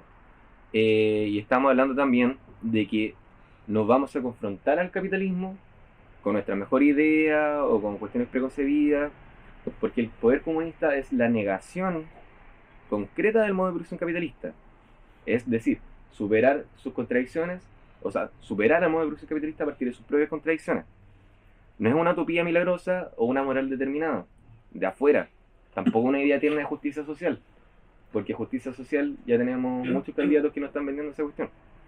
Tiene que ver con un proceso inscrito en las propias tensiones del capital. Ellas nos entregan su crítica, porque sin capitalismo, ¿cómo lo vamos a criticar? Impulsan la lucha de clases por lo demás, y nosotros tenemos que saber cómo manejar ese movimiento, y crean las posibilidades reales y materiales del comunismo. Hay una tendencia hacia la socialización que se expresa con contratendencia, cuestiones que son un poco más complejas que no vamos a poder abordar ahora. El poder comunista entonces se constituye a través de la autoorganización de la clase obrera. En ella la teoría revolucionaria es un momento de la práctica social. Porque, o pues, la coincidencia del cambio de las circunstancias y de la actividad humana solo puede concebirse y entenderse como práctica revolucionaria. Palabra de Marx, tesis sobre Feuerbach. No se deja el espacio entonces al idealismo, tampoco al voluntarismo, y debe luchar en el fondo contra las formas enajenadas que asume esta sociedad, como la mercancía, el Estado, el valor, el dinero. Al dominio impersonal del capital se lo opone entonces la asociación comunista. Dominio impersonal, ¿por qué? Porque está esta cuestión del fetichismo de la mercancía, o en el fondo que se transfigura un poco la realidad, no la estamos viendo tal como es. La mercancía, decía Marx, no nos dicen cuánto tiempo de trabajo tienen incorporado. Y la realidad social es contradictoria y no necesariamente la vamos a ver simplemente por la vista. No hay un tipo de empirismo que sea capaz de demostrarnos eso. Contraponemos entonces la asociación comunista también al trabajo alienado. ¿En qué consiste esto? Tiene que ver con la colectivización de la propiedad de los medios de producción. Con esto, consiguientemente, está la abolición de las clases sociales. Y es importante destacar hoy en día que la colectivización no significa simplemente estatización. Si nosotros estamos en el fondo en una lucha por negar al Estado, no podemos simplemente pensarlo como una cuestión mágica y que vamos a pasar por un proceso de transición de 10.000 años para abolir el Estado. Y no quiere decir tampoco el inmediatismo. Quiere decir que en el fondo la propiedad debe ser colectiva en tanto el ser humano debe poder controlarse a sí mismo. Porque está, y no porque un deseo, sino porque está la capacidad. El Estado sirve como un mediante y sirve como una fase intermedia, es cierto. Tiene que pasar una fase intermedia entre el socialismo y el comunismo. Sin embargo, tiene que haber una tendencia hacia su abolición. Es por ello que el comunismo representa también esta forma de la conciencia objetivada en la acción política de la misma clase trabajadora. El Estado debería ser en el fondo el Estado de la clase trabajadora y no el Estado del partido. En el fondo lo que estoy intentando como evidenciar es que expresiones que sucedieron como en China, como en la Unión Soviética o incluso hoy en Cuba, no quiero bastardizarlas tampoco porque en realidad hay muchos elementos que destacar ahí como también los hay que criticar, no fueron suficientes. Pero eso no es moralizarnos, o sea, después del 90, el 91 la gente siguió envuelta en la lucha de clases porque la lucha de clases va igual independientemente del ánimo que haya o no. La diferencia es la intensidad con la que se propague, pero si ha seguido habiendo lucha de clases es porque el fenómeno que hay detrás de esa cuestión sigue ahí. Lo otro es que en el comunismo el trabajo debe ser un fenómeno directamente social y planificado, también como una negación del capitalismo, no como un tema de deseo. Es decir, las fuerzas productivas se deben liberar, pero no para que dejen la embarrada con el medio ambiente, ni para que destruyan todos los océanos, sino como una forma, en el fondo, de producir en razón de las necesidades sociales, de una forma de liberar a las fuerzas productivas de forma directa y planificado democráticamente. ¿Por qué? Porque somos capaces de salir de esta lógica del intercambio mercantil, porque somos capaces de salir de esta lógica del trabajo asalariado, y porque somos capaces de salir de la ley del varón. Así es como el comunismo no mide la riqueza social como mercancía ni como valores, sino que la mide a través del tiempo libre, que es una idea que también se remonta a los escritos de Marx.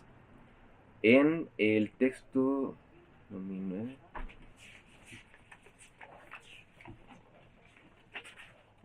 en el volumen 6 del Capital, en el libro 3, Marx señala que lo siguiente: el reino de la libertad solo comienza allí donde cesa el trabajo determinado por las necesidades y la adecuación a finalidades exteriores.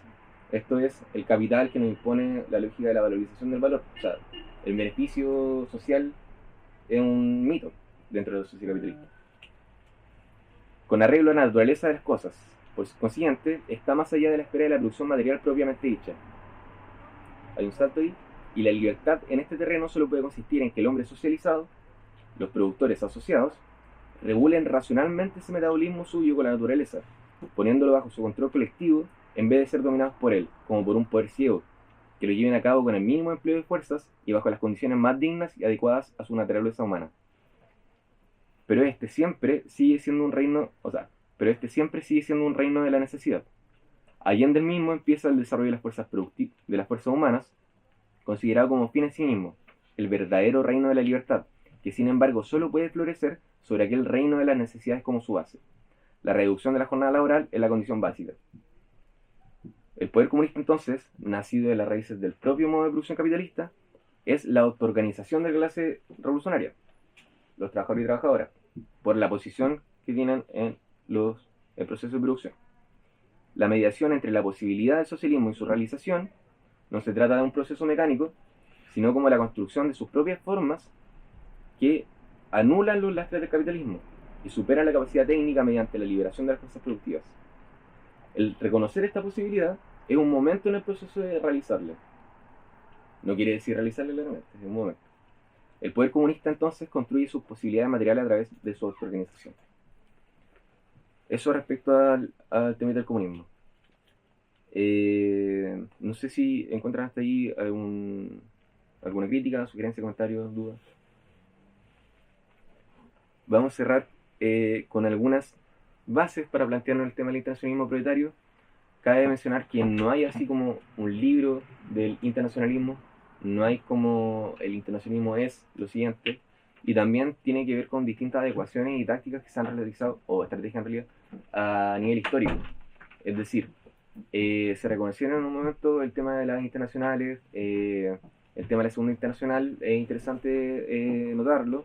Yo evidentemente no soy un experto, pero ese internacional colapsó porque los socialistas de ese momento votaron los bonos de guerra en 1914, o antes, si me equivoco.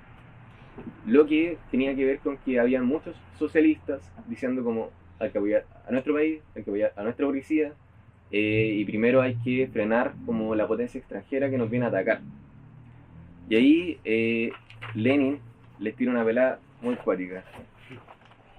En su texto del renegado Kautsky dice algo así como, déjame buscarlo,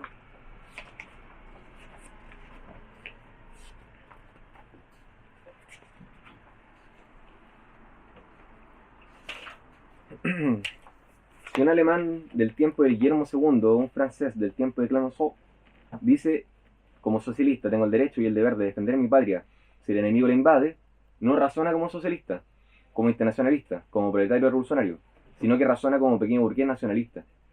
Porque en este razonamiento desaparece la lucha revolucionaria de clase del obrero contra el capital. Entonces, las naciones contra las naciones. Lo que hizo Lenin en esta situación fue la guerra a la guerra. Frente a la guerra entre naciones, o no a la guerra entre naciones, sino que guerra entre clases.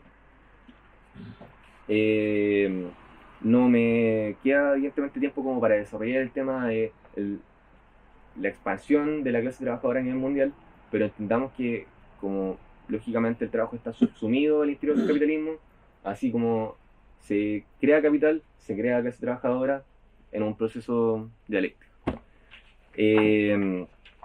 Dice también que el socialista, el internacionalista, razona de otra manera respecto a lo que había planteado Kautsky, que en el fondo apoyaba un poco como su burguesía, junto a otro grupito de reformistas.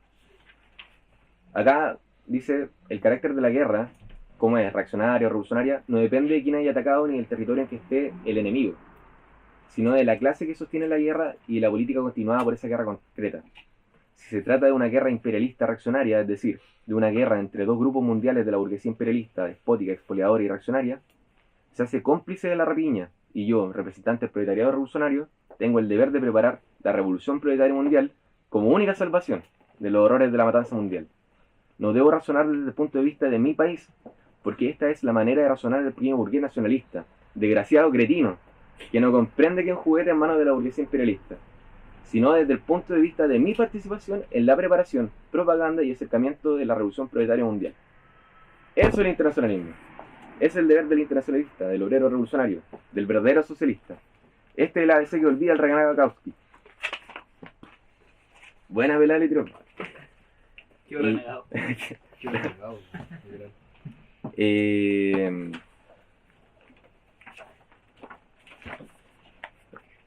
En términos muy sencillos, internacionalismo sería entonces como una doctrina, un planteamiento, una estrategia, una práctica.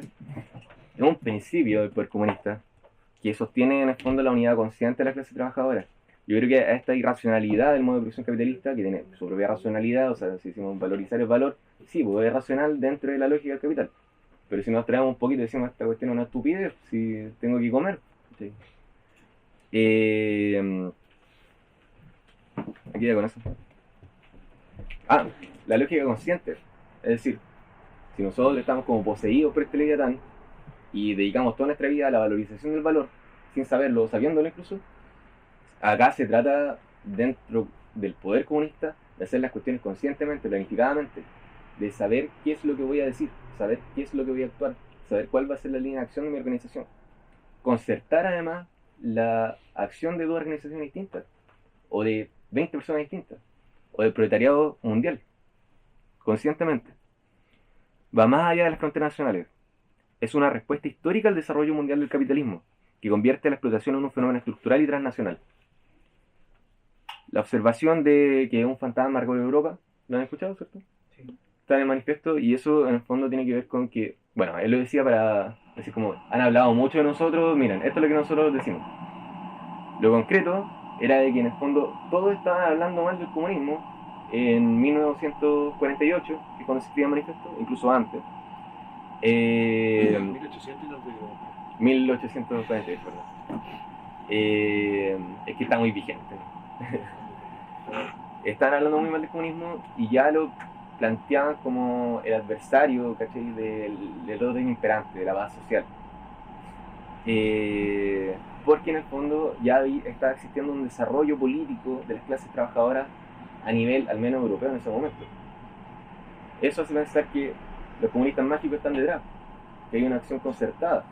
Realmente había muchas cuestiones que eran de manera, entre comillas, espontánea, porque así como el capital se valoriza, crea a su vez también mayores masas de trabajadores, los concentra en este proceso de subsunción dentro de fábricas. Ya no existe este pequeño taller o este pequeño gremio, sino que existen fábricas con 100 o miles de trabajadores.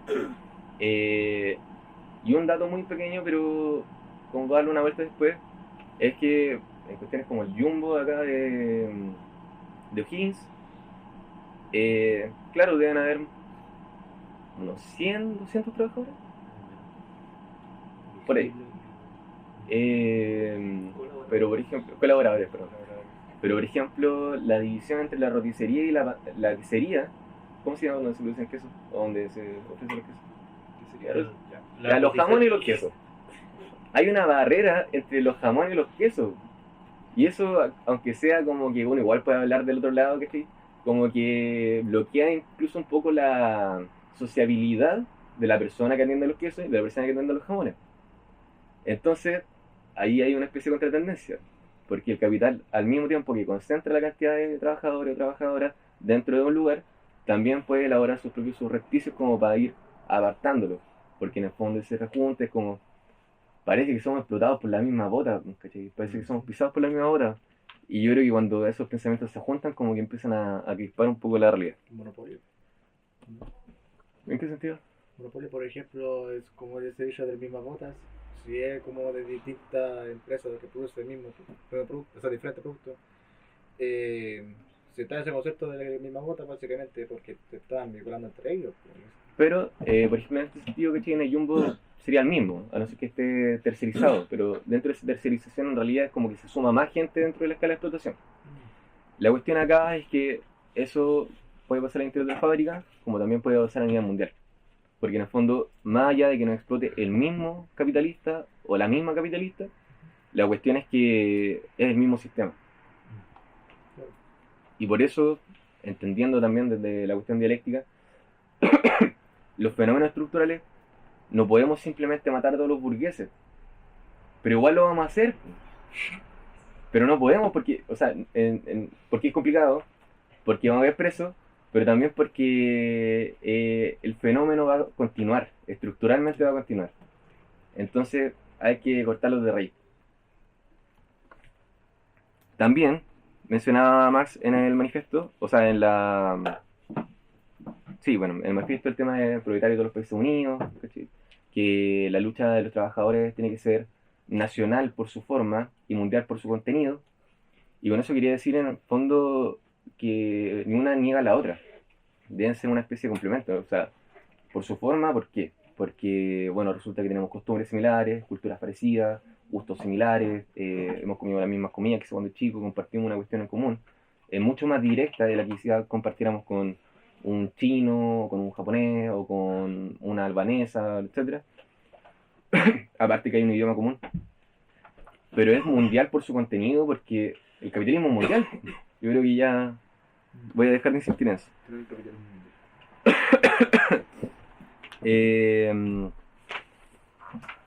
Y en esencia, eso tiene que ver con... no hay un planteamiento directo de Marx sobre el internacionalismo, eso se puede ver en su acción política, sobre todo dentro de la Asociación Internacional de Trabajadores.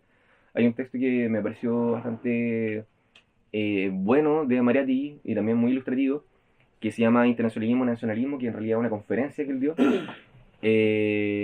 Y quiero cerrar un poco con esta idea y que podamos conversar lo que quede, considerando también que tomar el micro y todas esas cosas, que señala Mariatti que el internacionalismo no es únicamente un ideal, es una realidad histórica. Él distingue luego que el internacionalismo también existe un internacionalismo, por así decirlo, burgués, que tiene que ver con el movimiento del capital, un internacionalismo proletario que tiene que ver con la solidaridad internacional de los trabajadores en su lucha contra el capital. El internacionalismo existe como ideal porque es la realidad nueva, la realidad naciente. Hoy día queda más que en evidencia. No es un ideal arbitrario, sino no es un ideal absurdo de unos cuantos soñadores y de unos cuantos utopistas. Un gran ideal humano, una gran aspiración humana, no brota del cerebro ni emerge de la imaginación de un hombre más o menos genial. Brota de la vida, emerge de la realidad histórica, es la realidad histórica presente. La humanidad no persigue nunca quimeras insensatas ni inalcanzables. La humanidad corre tras de aquellos ideales cuya realización presiente cercana, madura, posible. El capitalismo, dentro del régimen burgués, no produce para el mercado nacional, produce para el mercado internacional. Su necesidad de aumentar cada día más la producción lo lanza a la conquista de nuevos mercados. Su producto, su mercadería no reconoce fronteras, pugna por traspasar y por avasallar los confines políticos. la competencia, la concurrencia entre los industriales e internacionales. Los industriales, además de los mercados, se disputan internacionalmente las materias primas.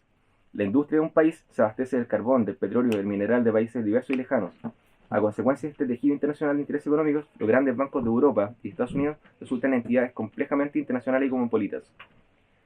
Podemos ver nuestros computadores o aparatos celulares que deben haber pasado como, más o menos por todo el mundo. O sea, por ejemplo, la misma ropa, ahora sobre todo se usa en Bangladesh, ya no se ve tanto, por ejemplo, el tema del Made in China, pero las cadenas de valor global en el fondo van alterando su funcionamiento, se va reconfigurando la edición internacional del trabajo y en el fondo la producción efectivamente ya es realizada a nivel internacional. Estas son las razones de por qué el capitalismo es un sistema a nivel mundial. Estas son las razones de por qué el internacionalismo es una necesidad política, una necesidad histórica, un elemento que hay que maniobrar dentro de la disputa política, dentro de nuestra acción política. Y planteo un escenario y ahora conversemos lo que podamos conversar, una media hora que sea, y incluso podríamos comer mientras.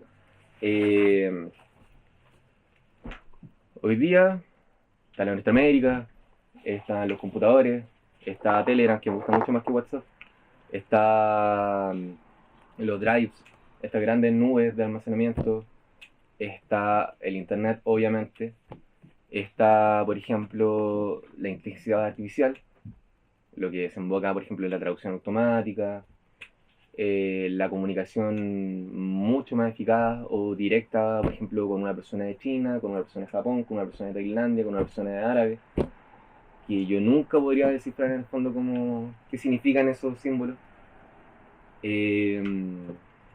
La producción del conocimiento luego se socializa o tiene una tendencia a socializarse.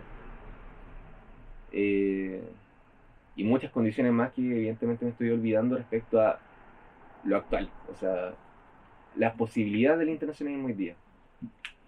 La posibilidad primera, el capitalismo como sistema mundial. Pero luego tenemos un mundo sumamente desarrollado en términos capitalistas. Creo que el capitalismo ya cumplió su tarea histórica.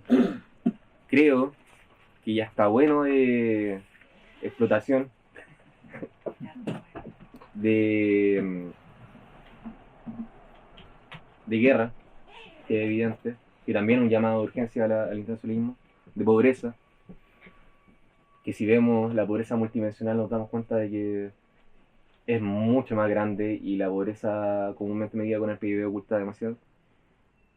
Y dentro de todo la clase trabajadora sigue siendo la única capaz de llevar a cabo una transformación socialista, porque está unida por su posición dentro de la unidad productiva, o sea, dentro del sistema productivo. Sin embargo, la conciencia revolucionaria de la clase no va a surgir de la nada, ni nace simplemente de la teoría, sino que es a través de la lucha y la organización. Vimos hace poco, por ejemplo, que los portuarios bloquearon ¿cómo era? El ingreso de... No, la salida. La salida. Sí. La salida de barcos que llevaban productos de cualquier tipo hacia Israel. Y eso también es síntoma de lo fuerte que es una cuestión como el internacionalismo. Y ahí a un plano un poco más subjetivo, quizás menos técnico, la capacidad de empatizar con lo que está sufriendo una cantidad muy grande además de personas en otro continente, a miles de kilómetros, creo que también le da un valor en sí mismo. Sobre eso yo creo que igual hay que darle una vuelta porque igual creo que es necesario anteponer una especie de internacionalismo revolucionario y comunista a un internacionalismo democrático que yo siento que se ha instalado bastante en el último tiempo, sobre todo representado por Boris. No, estoy terminando. Ya, dale. Sí, esta era la última. Bueno, digamos que la conciencia de clase no surge simplemente a través de la teoría o de que nos juntemos uno tras otro día a conversar, sino que tiene que ver con la organización y tiene que ver con la lucha directa. O sea, enmarcarse dentro de la lucha de clase. Por lo mismo, recalcamos hoy día la necesidad de un partido revolucionario que sea capaz de guiar el proceso, de acompañar el proceso, de apañar en el fondo. Al final es la clase la que se va a dar su propia revolución, pero nosotros también somos parte de esa clase. Tiene que avanzar hacia su mundialización. Comenté muy someramente como condiciones que hay hoy día como para que podamos pensar el internacionalismo hoy. Y evitar la desintegración de los movimientos espontáneos. Tenemos que saber no cooptar los movimientos, sino ser capaces de transformarlo en algo más grande. No dejar que la toma llegue y muera y que en un año más tenga que volver a tomarse un edificio para sacar un funado. Tenemos que hacer que dejen de haber funado. O lo mismo con respecto a otras dinámicas del capital. Es observando solamente una cuestión universitaria. Tenemos que transformar la realidad, tenemos que transformar la posibilidad en una realidad. Tenemos que hacernos parte de un entramado de la lucha revolucionaria. Tenemos que saber dónde podemos compartir, dónde podemos generar estos lazos internacionales. Las cosas las tenemos más al alcance de la mano más que nunca. Estamos a un clic de hablar con una persona de cualquier parte del mundo. En Twitter me he topado, lamentablemente, el movimiento comunista internacional tampoco se ve tan favorable, pero están ahí. Están ahí, es el momento de hacer una pega seria. La idea de la RC, bueno, esto no es un lado de cabeza para que se metan a la RC, sino que es porque... sino que es el tema de la urgencia. O sea, acá estamos intentando responder a una cuestión concreta, que es la necesidad de la organización, la necesidad de la construcción de un proyecto serio y una alternativa comunista real. O sea, no una cuestión de que el comunismo como un planteamiento utópico, ni que... O sea, que la utopía tiene un elemento romántico que es interesante de todas formas, pero acá no es simplemente un mero deseo, es poder avanzar dentro del transcurso histórico que merece la civilización. Es parar con el tema del caos mundial de la producción capitalista, que no tiene sentido. O sea, ¿qué sentido tiene la producción de bienes de lujo mientras hay miseria? Es parar con lo malo. Luis Emilio Recabarren, padre del movimiento obrero comunista chileno, hablaba mucho en términos como casi evangelizando. Pero yo creo que esa cuestión no nace de la nada tampoco. O sea, a pesar de que quizá no tenga una gran profundidad teórica, recomiendo que puedan leer sus escritos de prensa, recomiendo que puedan acercar su figura, porque creo que van a encontrar a una persona que es realmente movilizada. Hoy día necesitamos liderazgo, necesitamos partidos. Si no queremos partidos, por último busquemos organizaciones, pero con clara perspectiva de futuro, con clara perspectiva internacional. Si el capital es un movimiento expansivo, nosotros tenemos que tener un movimiento expansivo. Si la burguesía se organiza en la SOFOFA, se organiza en la Cámara Chilena de la Producción, o Maya, o los masones, o en la... no voy a decir algo mejor. O si se organizan también fuentes de poder dentro del Banco Mundial, dentro de la... ¿Cómo se llama esta cuestión que tiene deuda con Argentina? O sea, la FMI, que además impone ciertas políticas y determinan en el fondo la realidad inmediata de algunos pueblos. Nosotros tenemos que tener algo que les pueda hacer en contra. Tenemos la experiencia detrás de la primera, la segunda, la tercera internacional y la cuarta. Yo creo que podemos hacer una quinta también. Hoy día las condiciones que tenemos son sumamente favorables. El tema es en qué momento se encapsulan dentro de nuestras relaciones políticas. No querer inmediatismo, pero sí trabajando en todos los frentes que sea posible. Cómo nos dirigimos hacia ese organismo, cómo nos dirigimos hacia esa asociación, cómo generamos en el fondo hoy día el trayecto, cómo avanzamos el trayecto en el fondo del poder comunista, ya no como posibilidad, sino como realidad. Eso sería la presentación, compañero y compañera. Muchas gracias.